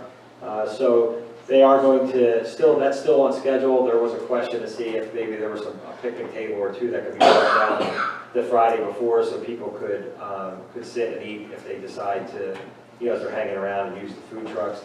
And they also are looking into proposing a casa garden down there, which would be a raised bed with native flowers. But I think that could go through the rec board so they can discuss it. There's nothing we need to really do now with that. So right now, the items that I want to make sure that you're up to speed, if there's any questions, is the status of the skate park. We will be, how you want to handle the payment of it in the listing of bills that are coming up next, and whether there's something you want to look at a little bit more in regard to the benches themselves, if we want to try to pick up 1 or 2 benches to add to the other bench we have there to make sure there's seating areas in that area. Yeah, I guess it would be my suggestion to approve the payment of the bill with the stipulation that Mike and Ken validate that the fix is done. Everything's working correctly there. After a rain event. Take a bucket of water.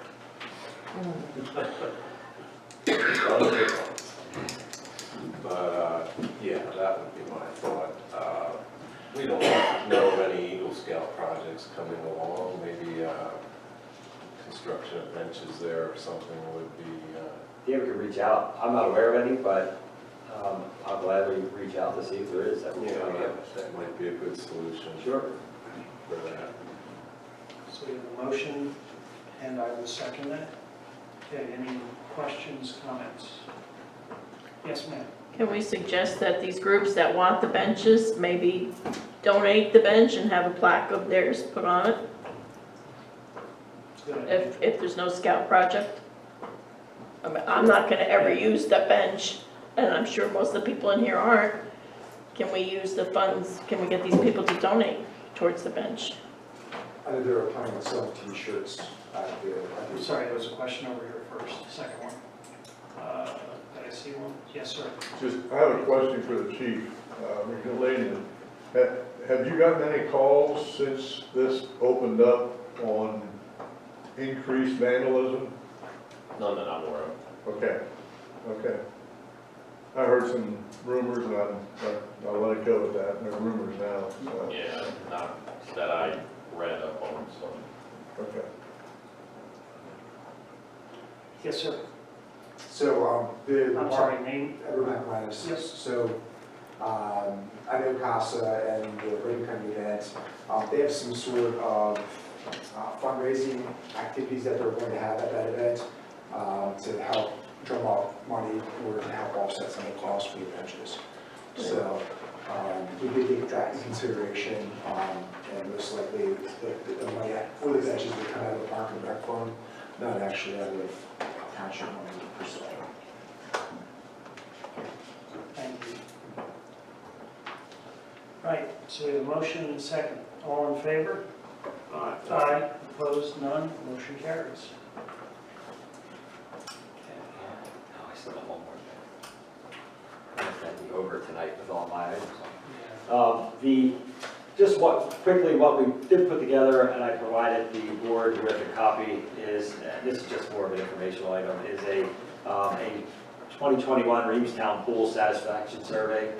Since we had some different operations at the pool this year and a new direction, the thought was we'd like to at least send out a survey to the family members, shared passes, adults, seniors, anyone 18 and over, to get a chance to fill this out and provide input and their thoughts on how well the pool did, how things that maybe we missed this year and we should focus on next year. And initially I was trying to do it, maybe if there was a way we do it via email, but we do not have a form right now that it can be filled out electronically.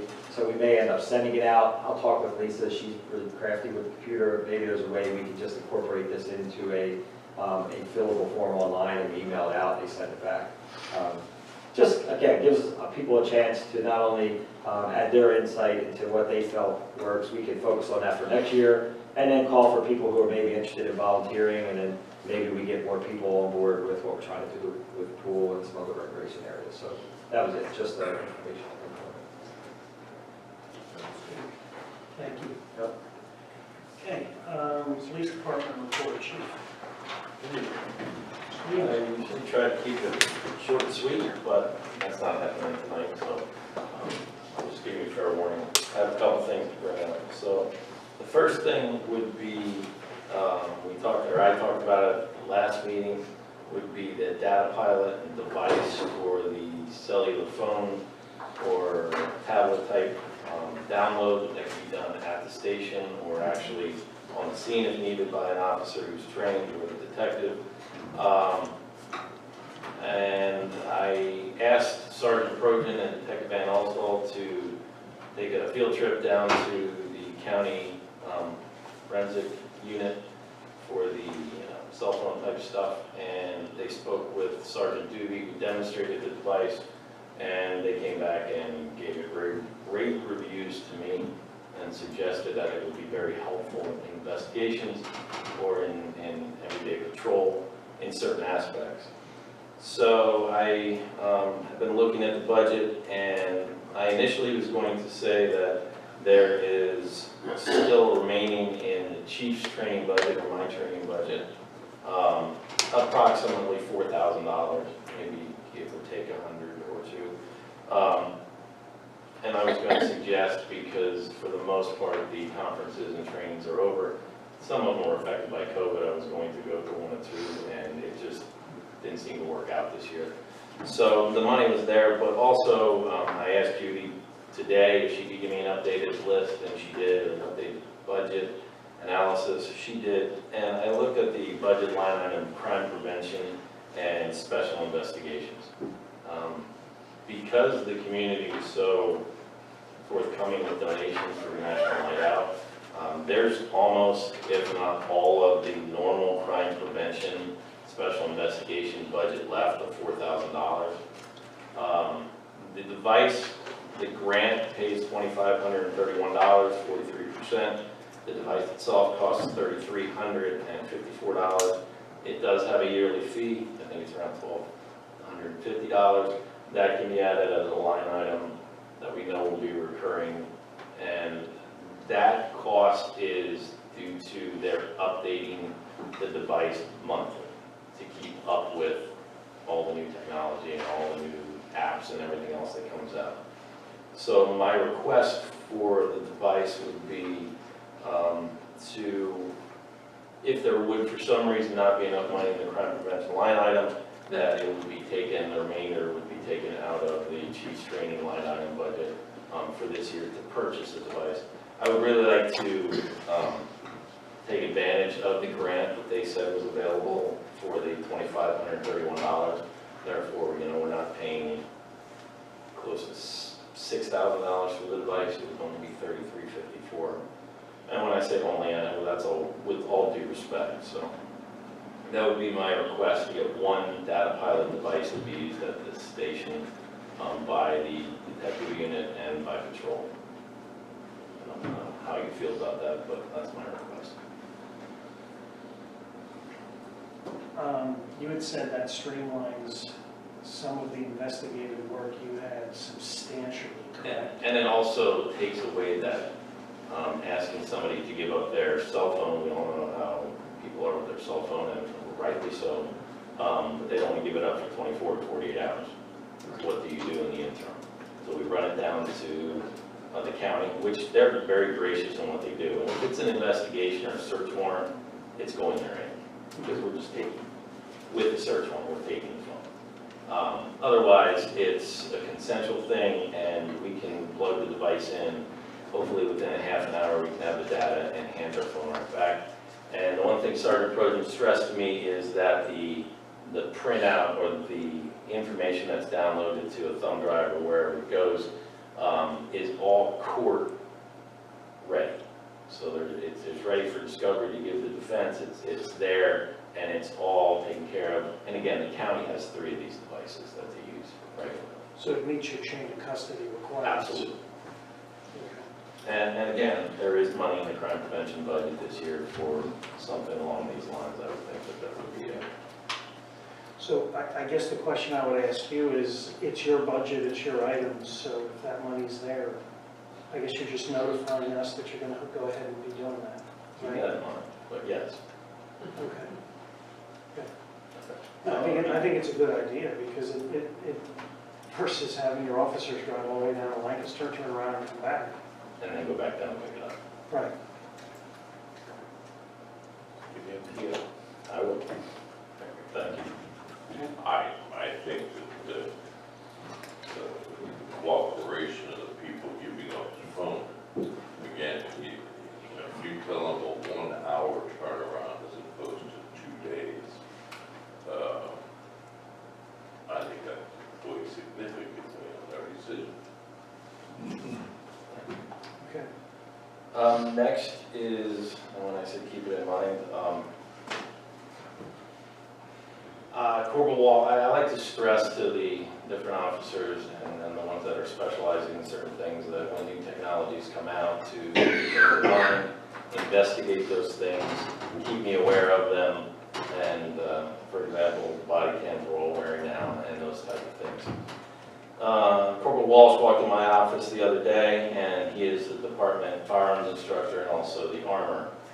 And he indicated to me that he has been researching, due to the new technology, the cost for new handguns for the officers. So we currently have 18 Glock 22 handguns that officers carry on patrol. We do have 3 other Glock 27s. I carry one, the detective carries one, and there's an extra one.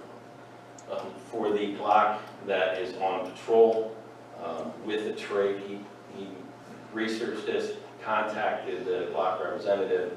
We would go through Atlantic Tactical, which is who we purchase our uniforms and other items through. The trade-in value, with the trade-in value, the cost of a new Generation 5 Glock 22 would be approximately $209 per gun, which I was shocked at. I thought it would be much, much more than that. I'm not sure if they have a deal going on, but that's what they're offering currently. And the reason he's bringing this to my attention is obviously it's a newer generation firearm, but it is then capable to have a red dot sight or a sight of that caliber mounted on the gun. I asked him an approximate price for the sights, and he said approximately $400. Again, he's still reaching. I'm sorry? Per weapon. And then obviously, because we do have the flashlights mounted under the Glock that's on patrol, we have a specialized holster. It's a retention holster. It's they work very well. We would have to update the holsters. Approximate cost for that is around $180 per holster. I was looking through the budget, and under capital purchases, there was quite a bit of money budgeted for the conference/training room downstairs, and through volunteers, through one of them was my son and others, somebody else would volunteer their time through painting and that kind of thing. That was all done at cost, and a lot of the items were purchased last year, by the end of last year, the tables, chairs, most of those. So there remains in the capital purchase budget $21,200 approximately. Again, I hate to give approximates, but Corporal Walsh hasn't been able to give me complete numbers because he hasn't got a quote yet from Cocalico and Atlantic Tactical on the other items. But he was estimating approximately $14,500 to $15,000. I would like to move on the purchase because of the $209 part for the Generation 5 Glock, and use the remaining monies in the capital purchase budget to complete the upfitting or the refitting of all the handguns for patrol. So that would be my request. Chief, for clarification, so that 1415, that's the total package, and that's the weapon? Correct. That's the Sight. holster and sight? Correct. Okay. I don't know if you have any questions or thoughts on Now, it. does that bring you to current generation on the It Glock? does. Generation 5 is the most recent generation, to the best of my knowledge. Okay.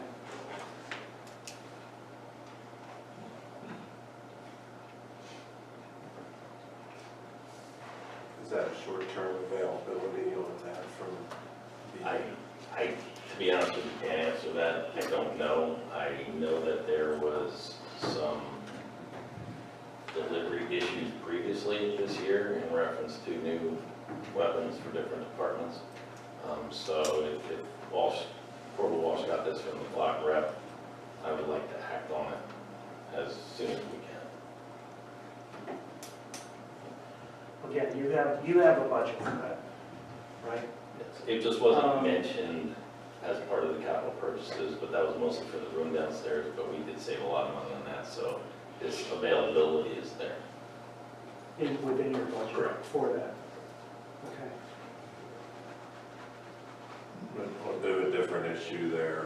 Where are you on your other budget areas there, in your opinion? I think we are doing very well budget-wise. I know the last time the percentage was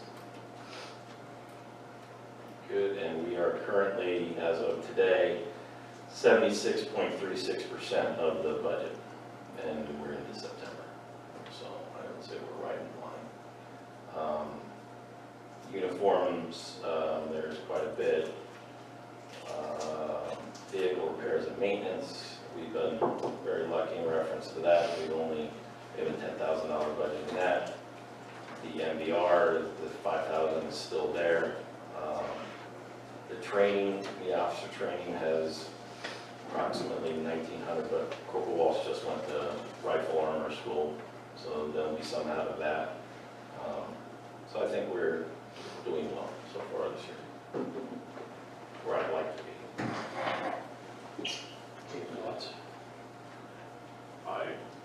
I too am pleasantly surprised by the amount of the weapon.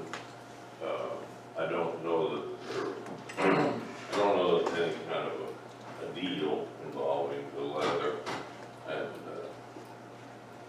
what I'll call laser sight or whatever they won't call that. But on the weapon itself and the mere fact that there's availability, there was a time in the not too long ago when the coverage were there that just weren't intending to be had.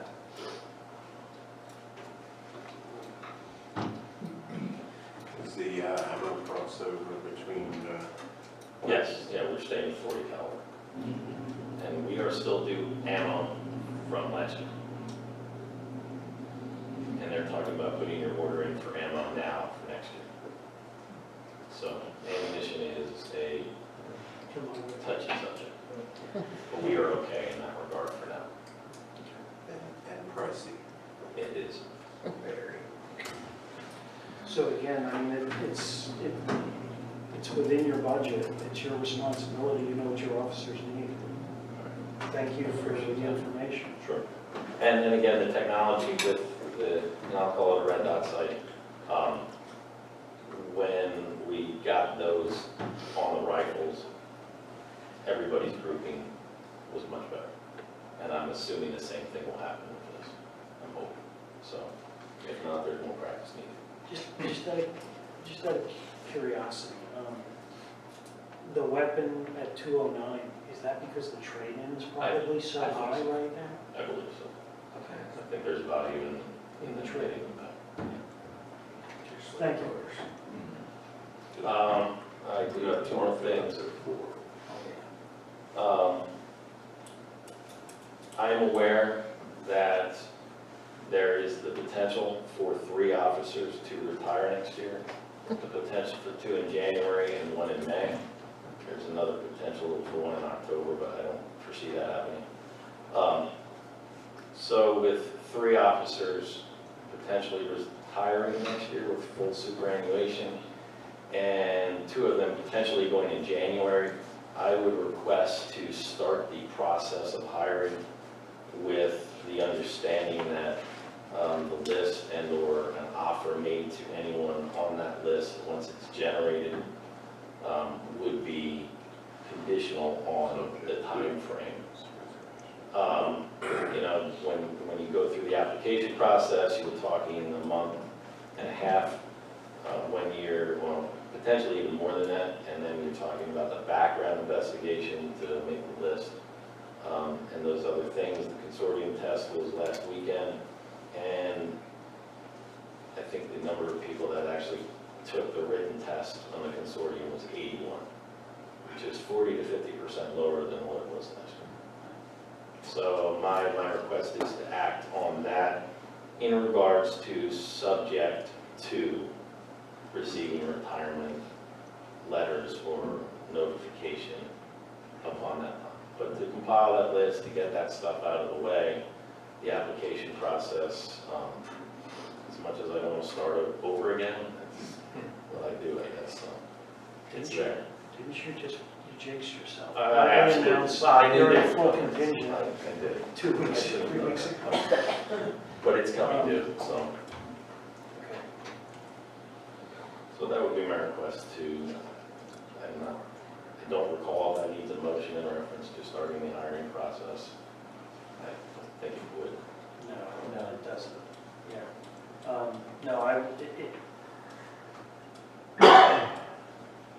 you obviously are the professional and know your field much better than I do, but what you just said about how many took the test, when we drove out to Pittsburgh a couple of weeks ago, there's actually billboards along the Pennsylvania Turnpike for officers in a couple of counties that they're looking for, sheriffs, and the other one that I saw was for, I believe it was for prison officers, correctional officers. I saw one on the floating or the billboard that's in the water down in Ocean City, Maryland for Baltimore County. They actually had a billboard there and said when their application process starts. So, yeah, it's a different time right now. That's going to be a long process. And finally, tomorrow is Kitty Day at the Denver Train. Sorry. I would just caution you, even if the pool isn't that deep, as much as I hate the words overtime, I would just caution that we don't want to race to the bottom. Correct. I agree. Fair. And like I said, Kitty Day is tomorrow at the Denver Fair. We're going to have a patrol car over there, 1 or 2 officers over handing out some items that we have. I think it starts at 10, and I'm not sure if it goes to 1 or 2. So anybody with kids, come by and see a police car. We will be at the Denver Fair.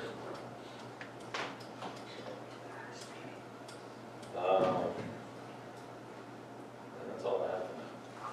Sorry it took so long. Any questions for the chief? Yes, sir. Don Ekman. I live on the corner of 105 South Line Road and Wabash. Last meeting in September, you discussed as item number 2 under the police department about the traffic of trucks coming on the road. Now, we just had another telephone pole, I believe the third one in at least 10 years.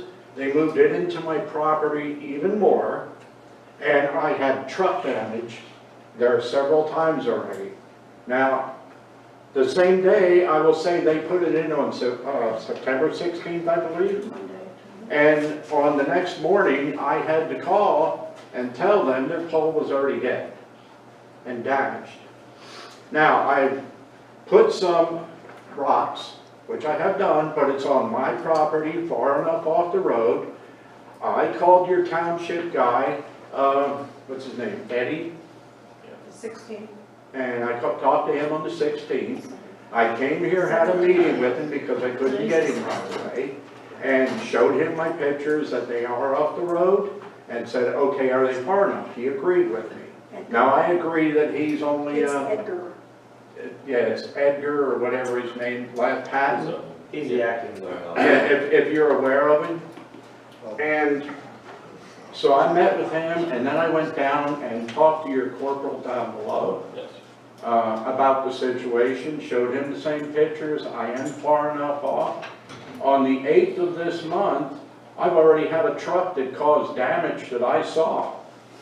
And I followed him and had to call my local police, who did a very good job, by the way. And he ended up down at Four Seasons Produce. So I talked to Randy Groff at Four Seasons Produce. Randy Groff, in the meantime, when you're exiting their thing, has put a sign that said, do not make a left coming out of there, go down to 272. And I talked to him, and we all three of us, departments, and with me then also, we're in an agreement that you have signs up right off the side of my property. It says, accept local deliveries. Does that accept local deliveries give them the right to turn and destroy property and different things, since you've already talked about this last month? And the boulder. And I mean, the one trucker, when he hit mine, he drugged the one boulder, or rock as far as I am, over 80 feet. And when he stopped and then went around it and went down to Four Seasons Produce, the rock was laying in the middle of the road. So no, at any time, one of the officers, any one of you could have been driving down that road, hit that rock, and there's another accident. Something that I'm trying to avoid, trying to make sure that I'm in the right, not to have something, but I didn't know what can be done by East Cocalico Township to help rectify this situation, or something that you could give me for me. I pushed the rock off the road myself. Yeah, my So that- wife had to get so it that off the road so nobody that would get nobody hurt. would have an accident. And this trucker didn't care. And then since that, There was another one, just the other, my name's Anna Ekman. Just the other night, another one came, we were in bed, and I heard a crunch. And another one came and moved one rock right into the other rock and kept right on going. They ran right over top of it and kept right on going. and then one neighbor who is the Mullers across the street on the other corner, which is West Cocalico Township, saw the actual trailer rock to He's go seen it, over but he top of didn't the know. rocks, but he didn't know who it was, so he Yeah, couldn't so he pursue couldn't or do find anything. out anything. And there again, I'm trying to figure out here tonight, what can I do from your standpoint to help this situation too? Because now I've got destroyed property, which I have to get in with insurances and everything else for it. Is the possibility of the bells or whatever you want to call them, that is Fourth and Main, are those, I know we talked about it at Reamstown and Loush, but is that something that, I mean, I know they have to be concreted in, they have to be solid so the truck bounces off of them, but I don't think this situation is going to get resolved It's not. anytime soon, and It's not. I understand the rocks, so you'd think they would stop and do something, but Well- obviously they just keep right on going. My thing is, I don't. And sir, technically on that, we had a trucker, and that's the reason I asked to have the sign no left turns. He came from Four Seasons and came up to the corner and wanted to make a left, and he physically got out of his truck and Moved the started rocks. moving rocks so he can make his truck go around the corner. You moved the And rocks. we are not there to injure or hurt anybody, but we have to do something. You try to keep your property nice and they're actually ruining it. I think it's the same situation as Loush. where It is, yeah. Yes, sir. Yeah, Doug Macklin. I remember part of the condition we allowed Four Seasons to build out there, if you go back and look at their plans, it was clearly stated on their plans, it used to be, no left turns coming out of their facility. And Mr. Hollander needs to enforce that because that was part of the condition when that whole thing was built out there. Well, You're that not Randy, allowed to turn left coming out of that facility, period, end of conversation. and the Randy Groff said that he Randy was Groff gonna said they tell. put a sign there stating that, And he but I said- don't know that for But, sure. and he said they were gonna tell the dispatchers to tell whoever the truckers are not to come our way, but they do it anyway. If their GPS tells them to go that way, I'm saying, just go. We could reach out from the township end to Four Seasons. I mean, we've had some success recently since the last issue at Loush, when coming from Acme. We engaged the Acme person, they engaged their neighbor across the street. They had even asked for if a truck comes out to get information, because if it's one of their drivers, they would then take that up with the driver himself. But they've kind of gone above and beyond to try and reinforce keeping trucks from there. Correct. Unfortunately, sometimes you're going to get people who do that, you're going to get people who aren't good at driving it. But I think from our end, we'd want to work with you and the local industry to do as much as we can to prevent those Well, Four situations. Seasons trucks don't come that way. It's not their trucks. It's everybody else's trucks. The other private haulers are usually the ones. Yeah, I it's think not it's Four still, Seasons still trucks pass that themselves. information, make sure that that message is relayed, especially if it's something that they had agreed to or become part and parcel of saying, yeah, this is what we'll do as a good community neighbor. So I don't have any, I mean, this is the first I'm hearing of this one. I heard the other one, the chief had filled me in. We've talked about the bollards. We had an issue in Denver the same way, the poles were ripped out. We put these bollards on. They've worked well. The truck that goes over them that doesn't do it right is stuck. Usually then it has to get taken off. Do you know who did that? There's some of it, it's not like it's an easy fix for every intersection. You know, the ones we looked at there were in grass. And if a truck hits that, they're probably going to pull it as opposed to where it's put down into the concrete. But I think the first step I would like to do, maybe I can talk with you maybe tomorrow and get some more information, and I'll reach out to Four Seasons and try and take the same approach we took with Acme and see if we can kind of keep this message going and make sure we're all good partners and we're all looking out. Yeah, because something has to be done, because if we fix it, they're just gonna come through again and ruin it again. Right, we want to And then we're avoid gonna that. be doing the same thing And over so and it's over a and over. continuous operation. They hit the pole before, many, many times, but, well, and then they had to replace them, of course, eventually, but they moved it back further. And I told the guy from PP&L, I said, you know, all you're doing is making it easier for the truckers to come through our yard. He goes, well, he said, I have a pole to put in. I said, yeah, I understand that. Well, maybe tomorrow I can meet you out at your place if you're available. That'd be great. in the morning. Yeah. You can show me what we're looking at. Mike, if Yep. they, I guess my question is, if Four Seasons put something on their property at the guard shack, can the township put something across the street that is a no left turn official sign that says no trucks, or trucks, no left turn? Or does that have to be put by ordinance, or, I'm not exactly sure on how to put up a sign like that, but if that's part of it, I mean, I could always advise that if we wanted to be enforceable, you need to do it by ordinance, or else someone. is that a possibility? I mean, a possibility to do that, then we can. But there again, sir, also, he agreed, Randy Groff, he's, takes care of the whole building, I think guess. so, yeah. And he was a very nice gentleman. And he again said, I can't put one of those no-turn signs across the road because that is not our property. Yeah, he said he can't put. But he said they just put accept local deliveries out on 272. So if it didn't say accept local deliveries, would we be able to enforce that more? But Anybody that did damage or did anything? But it says that on Line Road and Wabash Road, except local deliveries. On Wabash, they need to be able, to, by law, be allowed to go to Four Seasons. So I think it has to say, accept local deliveries, because that would be considered a local delivery, I believe. Yeah. And whether a sign's there or not, I mean, if someone's damaging private property, they're responsible for it. So Correct. they're not gonna be, if. Yeah, but you have to But be able to you catch have to them. be able to find out who it is. You have to and catch them. understand. And Yeah, so the goal is to try and minimize that opportunity as much as possible. Correct. And maybe that means, again, we discuss and then we take up with Four Seasons to ask them to become as well a big partner to make sure that we're all working together to get that. Yeah, and you're more than welcome to call me, come to our house and meet us, look at what's there. because we don't want our property ruined all the time. You can't afford to keep redoing everything and redoing everything and I redoing understand, everything. I understand completely. Okay. Yes, sir. I'm Jim It's a Rupert. mess. I live up on Ridge Avenue, right there, right on that short corner. Okay, I have a deck out there and I sit out in that deck. 90% of the people coming down Ridge Avenue, it's a 35-mile-an-hour speed zone. Has a sign right before that curve, 15 mile an hour. They're crossing that yellow line in order to make that corner. I almost got into a head-on the other day with a car coming down there doing that. But it was like the first day of school this year. The neighbors have a little girl, just started school, bus stops right there in that corner.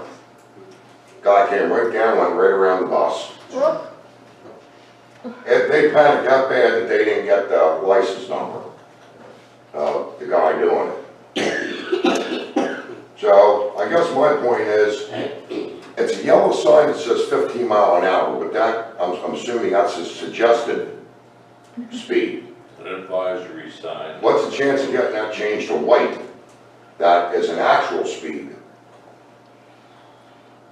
I think that includes speed studies and, yeah. Well, and then here again, this is for Chief Kaplan. I have a driveway, 2 driveways on my property. You guys are welcome to sit right there. I will send an email out to you all tomorrow morning. What I will also do is reach out to the Transportation Director, Mr. Woods, at the high school. There's a lot of people that walk on there and they're pushing strollers. And you know how many accidents go on there each year. If it wouldn't be for the guy at the corner having those rocks up there,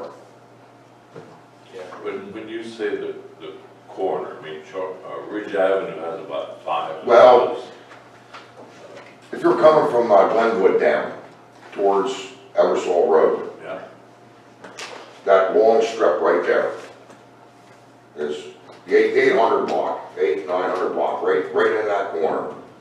Because it's a 90-degree corner and it's banked. Yeah, it's right before that turn. And so many people, I'm gonna say probably, let's say 80%, they're on, let's see, that'd be going west, I guess. They're on the east side Right. to make that corner. Yeah, absolutely. Yeah, I'm familiar with it. And We again, we just had 2 motorcycles, the day before yesterday, said not to stop sign over there where they're putting the new On Line development Road. on Line Road. They were sitting there, we were on the yard and they said, the one said to the other one, when I counted to 3, he said, we're gonna go. So they counted to 3 and they took off flying down the road and it's like, it's just crazy there.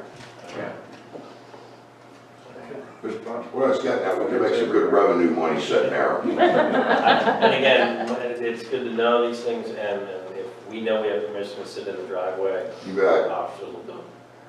Yeah, you can sit right on the block, I on the gave right us away. permission We gave you already. guys permission too. Sit there anytime you want. Thank you. You're welcome. Okay. Financial report. Is Judy on? Yes. Yes. Okay. Hi, I'm here. Okay, Judy. Hi. Okay, so the first thing I have tonight is a proposal from Know Before. They are a company that does cybersecurity, which, as you know, was a finding audit that we need to provide cybersecurity training to the employees. This proposal is for, it's for phishing training, and what they will do is they will actually send emails to the employees to see if they click on the link or not. And if they click on the link when they shouldn't, immediately they'll be told that they shouldn't have done that, and it'll give them a little tutorial on why they shouldn't and how they can identify, emails that they shouldn't click on links in the future. It keeps scorecards on them, so if they never click on links they shouldn't, then they'll get fewer emails than a person who might, not pay as much attention and click on every link. It'll send them emails more often. So something else that is part of this is we have access to a library, and I can set up a training program where it might be 10 or 15-minute videos that the employees watch at their desk 2 or 3 times a month. It's not anything that we have to gather together for. It's something they can do when they have free time. This proposal is for training for a 3-year period. So this price covers 3 years, and the cost is $1,830. Judy, just for clarification, this meets, I guess, the finding that we had with, on the audit, correct? I'm sorry, I didn't hear you. This addresses the audit concern that they had then for the training for the employees. Yes, that is correct. And I also spoke with Jennifer from Meyer Dussel about this, and she was very happy with this company because this is the company that they use as well. Okay. So they will randomly ping our employees over a 3-year period is the way to think about it. Yes. Okay. If that means That was the additional thing that they did to the other company that I checked into. The other company had the library, they did the videos with the employees and that kind of thing. This company had the additional where they will actually send phishing emails and sort of check employees to see how much they're learning and keep scorecards on them, that kind of thing. And the other company, the smallest number of employees that they would allow in a program was 100 employees. So you can imagine the price tag of that one was much more, because this one is charging us for 25 employees, and that's why the cost is lower at $1,830. As they, I'll call it, test our employees, and they assemble a history, a scorecard, if you will, do they send that information to the chairman of the board, to the township manager, to the department head, to HR? Who will have access to that scorecard? Well, part of this program is to actually assign one of our employees as the training coordinator. That person will work with KnowBe4 to pick out the videos that are going to be watched. So they'll have a portal that they'll have access to, and they can view all this information, and they can print out any reports that the board would be interested in seeing, or the HR director, or any kind of thing like that. The scorecards aren't to, what's the word, like reprimand an employee. It's trying to change their behaviors to make them realize, what they should be looking out for, so they don't continue to do behaviors they shouldn't be doing. Do we get to pick or designate where that information flows to? That's correct. Yes, so we'll pick the employee that'll be the training coordinator that will work with them before to set up the cybersecurity training program for the township. Sounds like an HR. Yes, sir. Is she saying no before, Alan Maxwell, is she saying no before?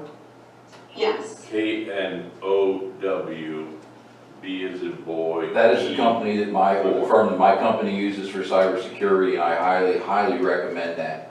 The beauty of it is the more you learn, the less you click, the less emails you get overall, because they actually do help to scan for phishing emails coming into the company. And we use them throughout all of our branches in 17 states, and they are phenomenal to work with. Thank you. And the good news is you gentlemen will participate, because anybody who has an email address with the township will be part of the training program. And they're sneaky. They are really sneaky in how they set the emails up. Just don't click. They make them look very real, like they're coming from internal. Yeah, I guess if the board wants to move forward, they would, you would consider a motion to approve this cybersecurity awareness training quote from KnowBe4 dated 7/30 in the amount of $1,830. The number that was listed on that, wherever we included tax, we won't pay tax obviously. Right. So Okay. I will make that motion. Again, it's something we need from the audit. Do I have a second? I'll second. Second, motion and second. Any other questions? Okay, all in favor? Aye. Opposed, none, and that motion carries. Judy, did you hear that okay?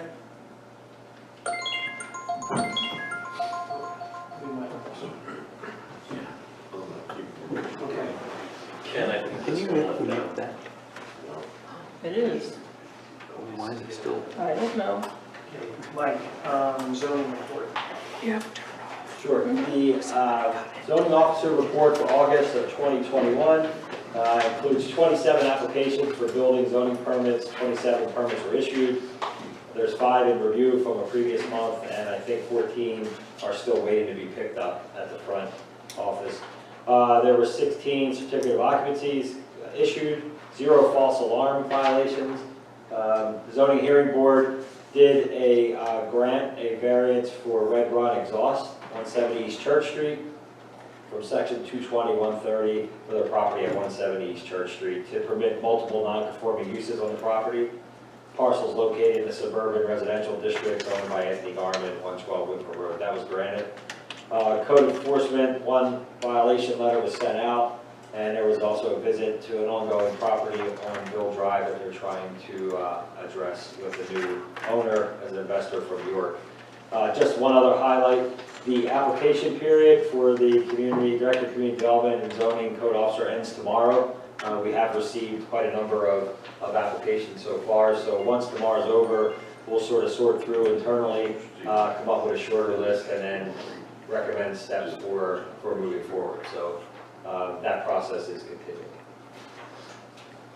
So currently, there's just one chef, or is there more?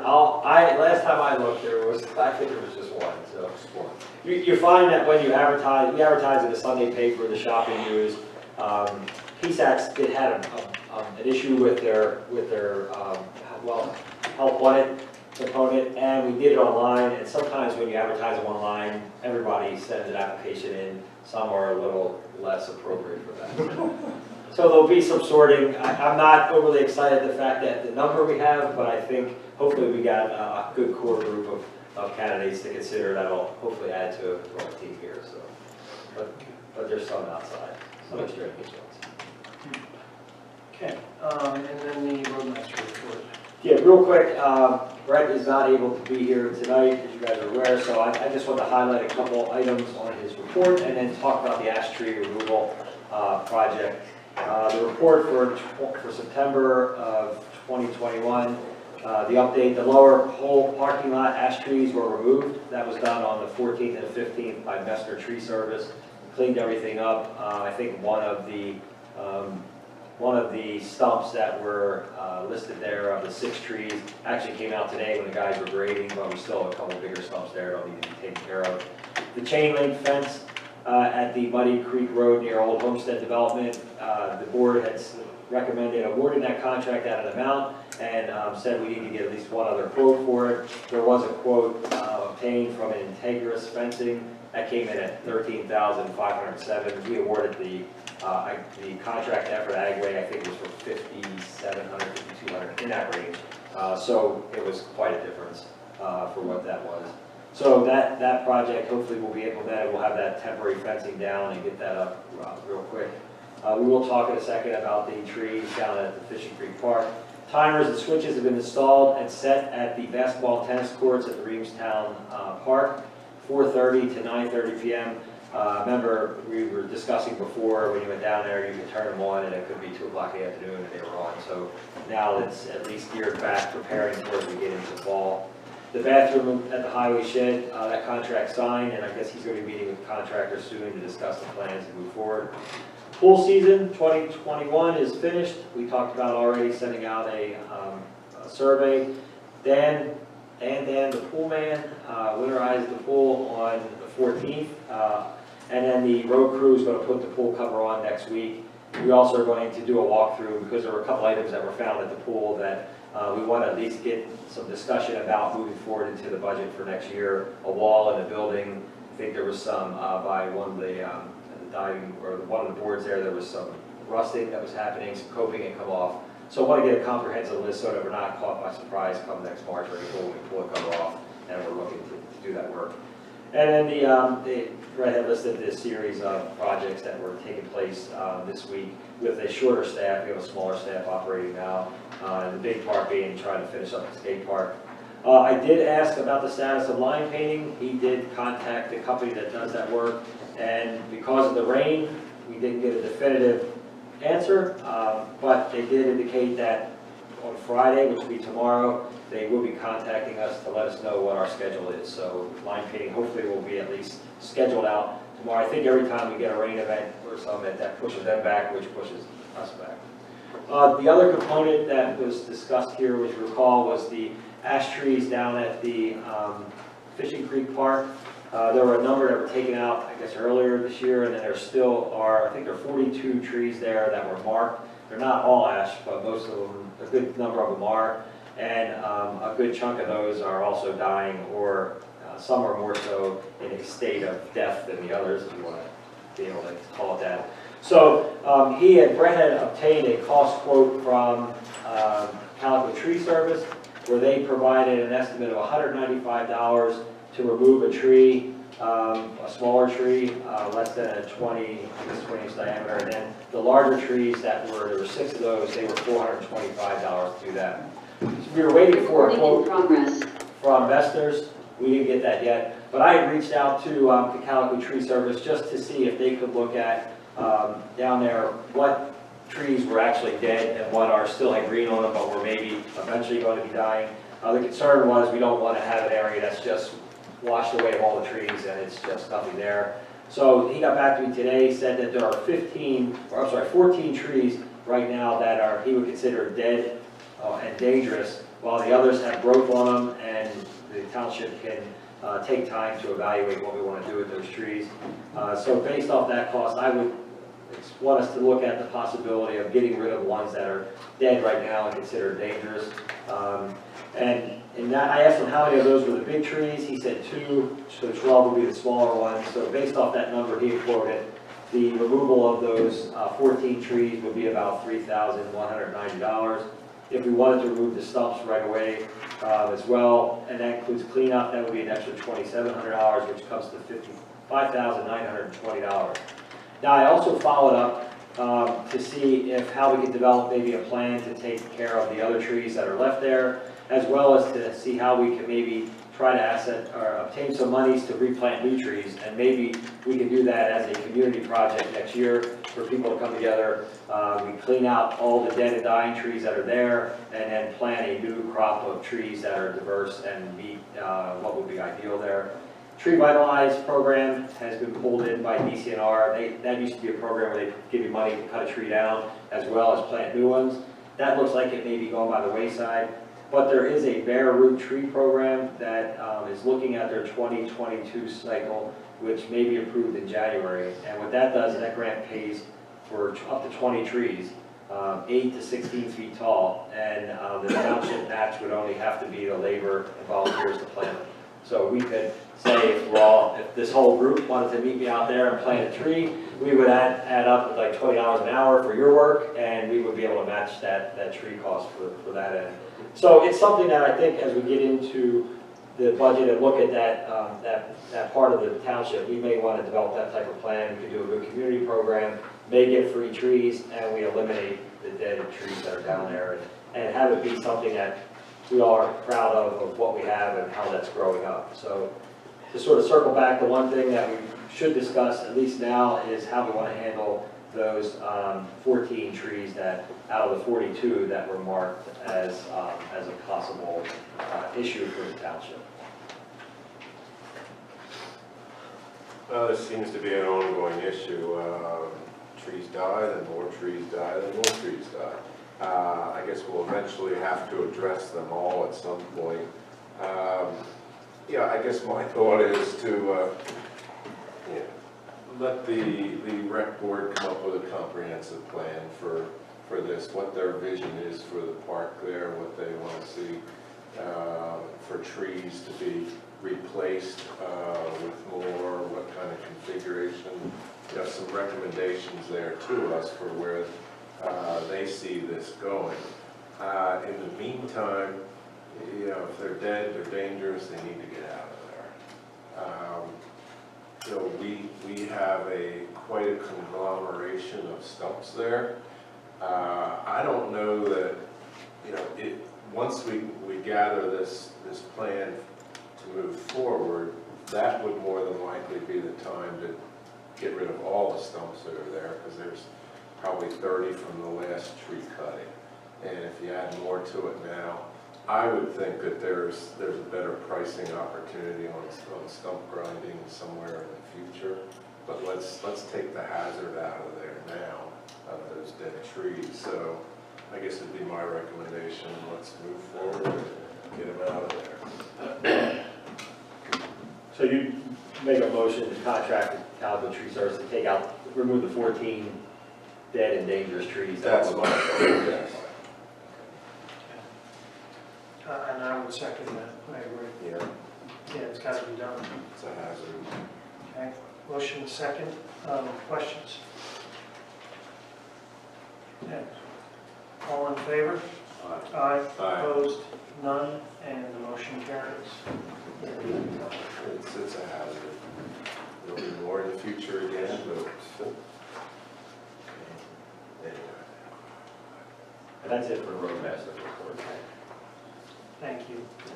All right, MS Form Stormwater, Ken, that you'll have a next full meeting, Right. full report at the next meeting. Yes.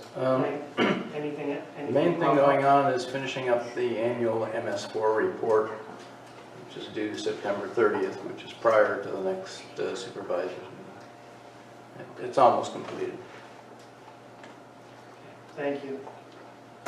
Right, treasurer's report, Mr. Bills. List of bills, total general fund of $220,620.38. Any questions there? Yes, sir. Yes, Jeff. Page 2, check number 61428. It says health insurance, $127.50.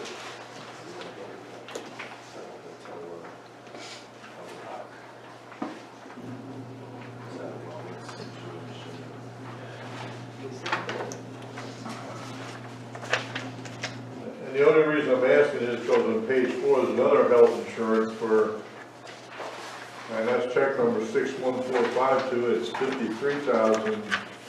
Yeah, that's the insurance. Right, but what's this other health insurance, you know, or? I think the teledoc thing is through the insurance company, so we can do That's the, telemedicine. But I don't know what that specific, I don't know. It comes out to, the bill states it's $450 per person on the policy. To give us access to the telemedicine portion of the health insurance. Yeah, it's all itemized by person. All right, thank you. Yep. Anybody else? Hearing none, I make a motion to approve the list of bills as presented with the stipulation of the Armit Concrete being held with approval of the manager and Ken McCray releasing it. motion and second, all in favor? Aye. Opposed? None, motion carries. We also have a light fund of $13,086.48. Any questions there? Seeing none, I make a motion to approve. And I will second that. So your motion and a second, all in favor? Aye. Aye. Opposed? None, and that motion carries. And also, we have a payroll amount from August 29th through September 11th of $84,526.64.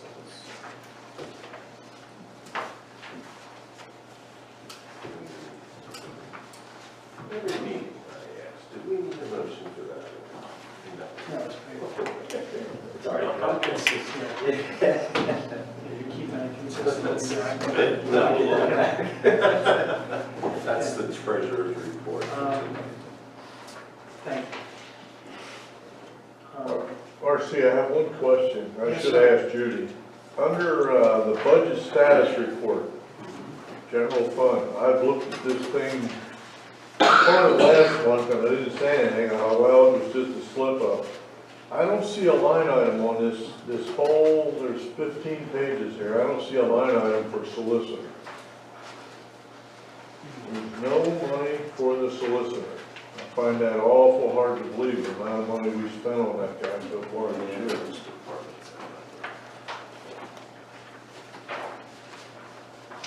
The solicitor is listed under the TIF, but that's totally separate. That's different. I know that. Professional services.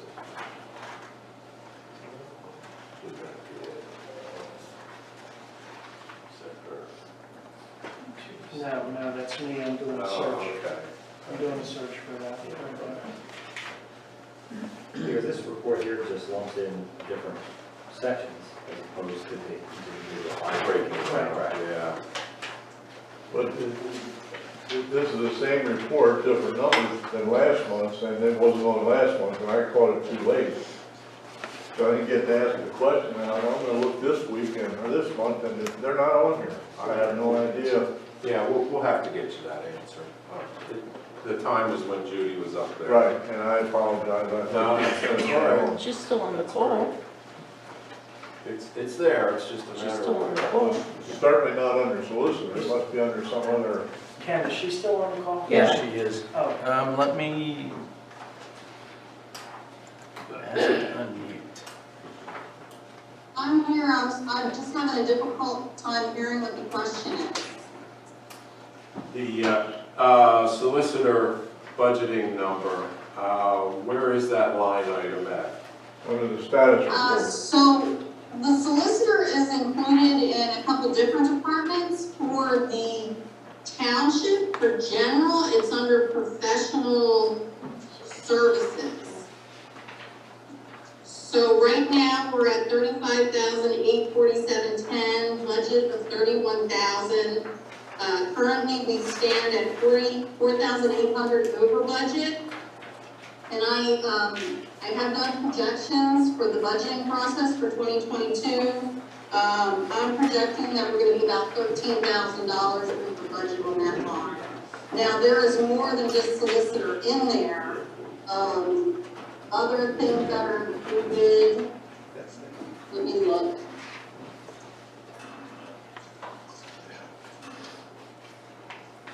So for professional services, it's the solicitor, it's accounting services, which is the CPA for like our tax returns, payroll tax returns, and audit services are included in there as well. Mayor Ducey, right. Wouldn't it be easier to just break them out? I mean, we're sitting here trying to figure out how much money, and you're gonna have, I'm gonna have to ask for you to break that out every time to see where we're at. Wouldn't it be easier just to list the solicitor separately, and the tax return should be a standard number? A lot more than the solicitor would be. It's the same ballpark probably. I guess that's a question for the board, because you guys create the budget, but. Well, I'd just like to say that we do have to follow the state DCED on how we set up our chart of accounts. So they dictate how we set up our chart of accounts. And they don't have solicitor listed separately. Well, when I print this report, I print a summary report. If I printed the full detail report, it would be about 13 pages long. So I can certainly print out a detailed report if that is the wish of the board, but comments in the past have been that it's too much information to take in. So I started doing the summary report. I'm not able to just pull out certain categories in detail and make the rest summary. It's either one or the other.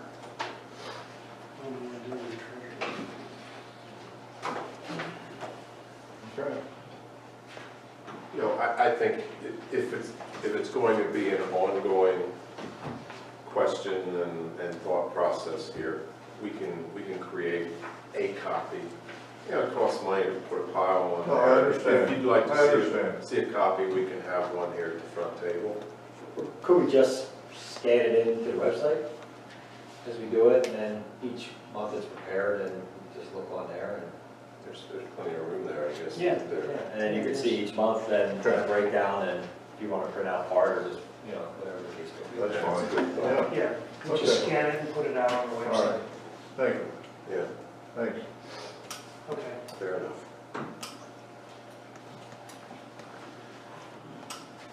Thank you, Judy. You're welcome.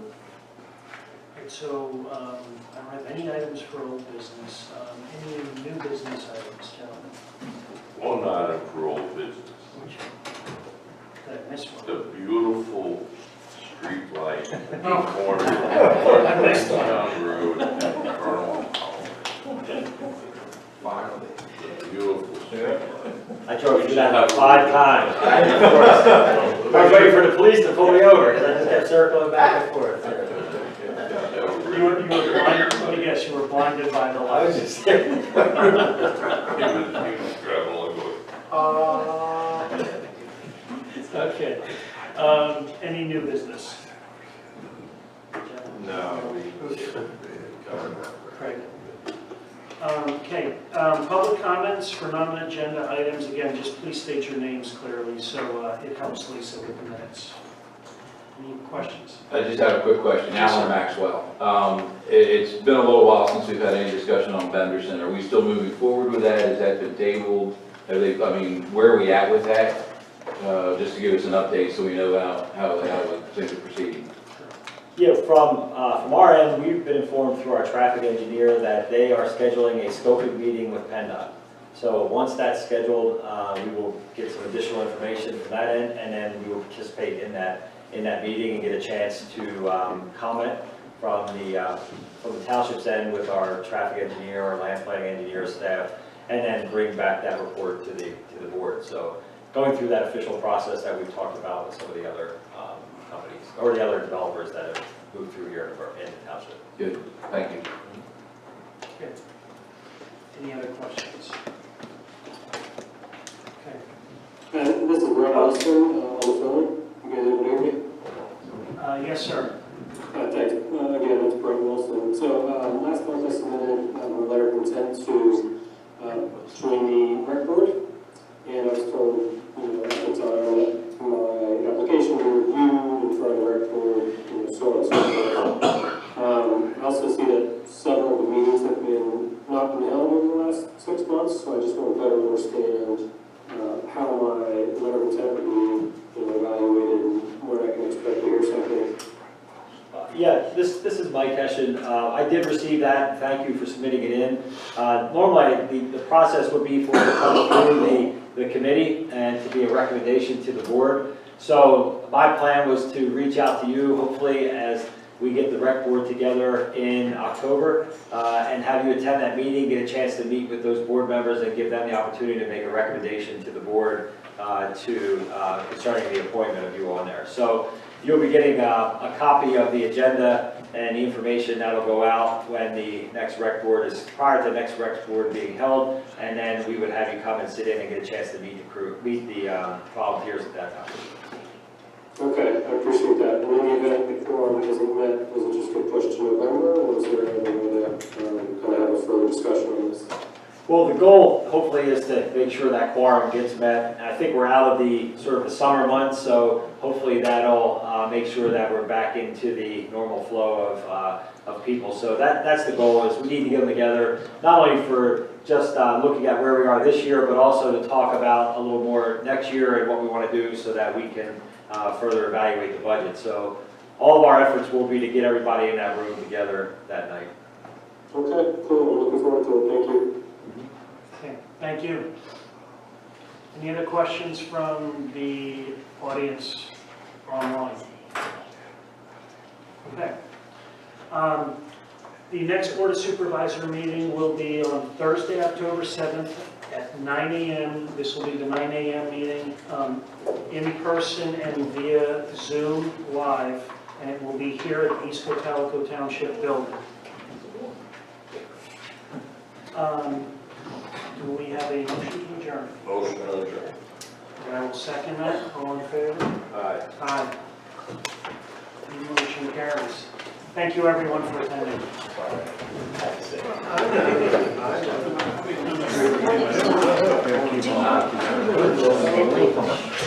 No, Mike, I got it.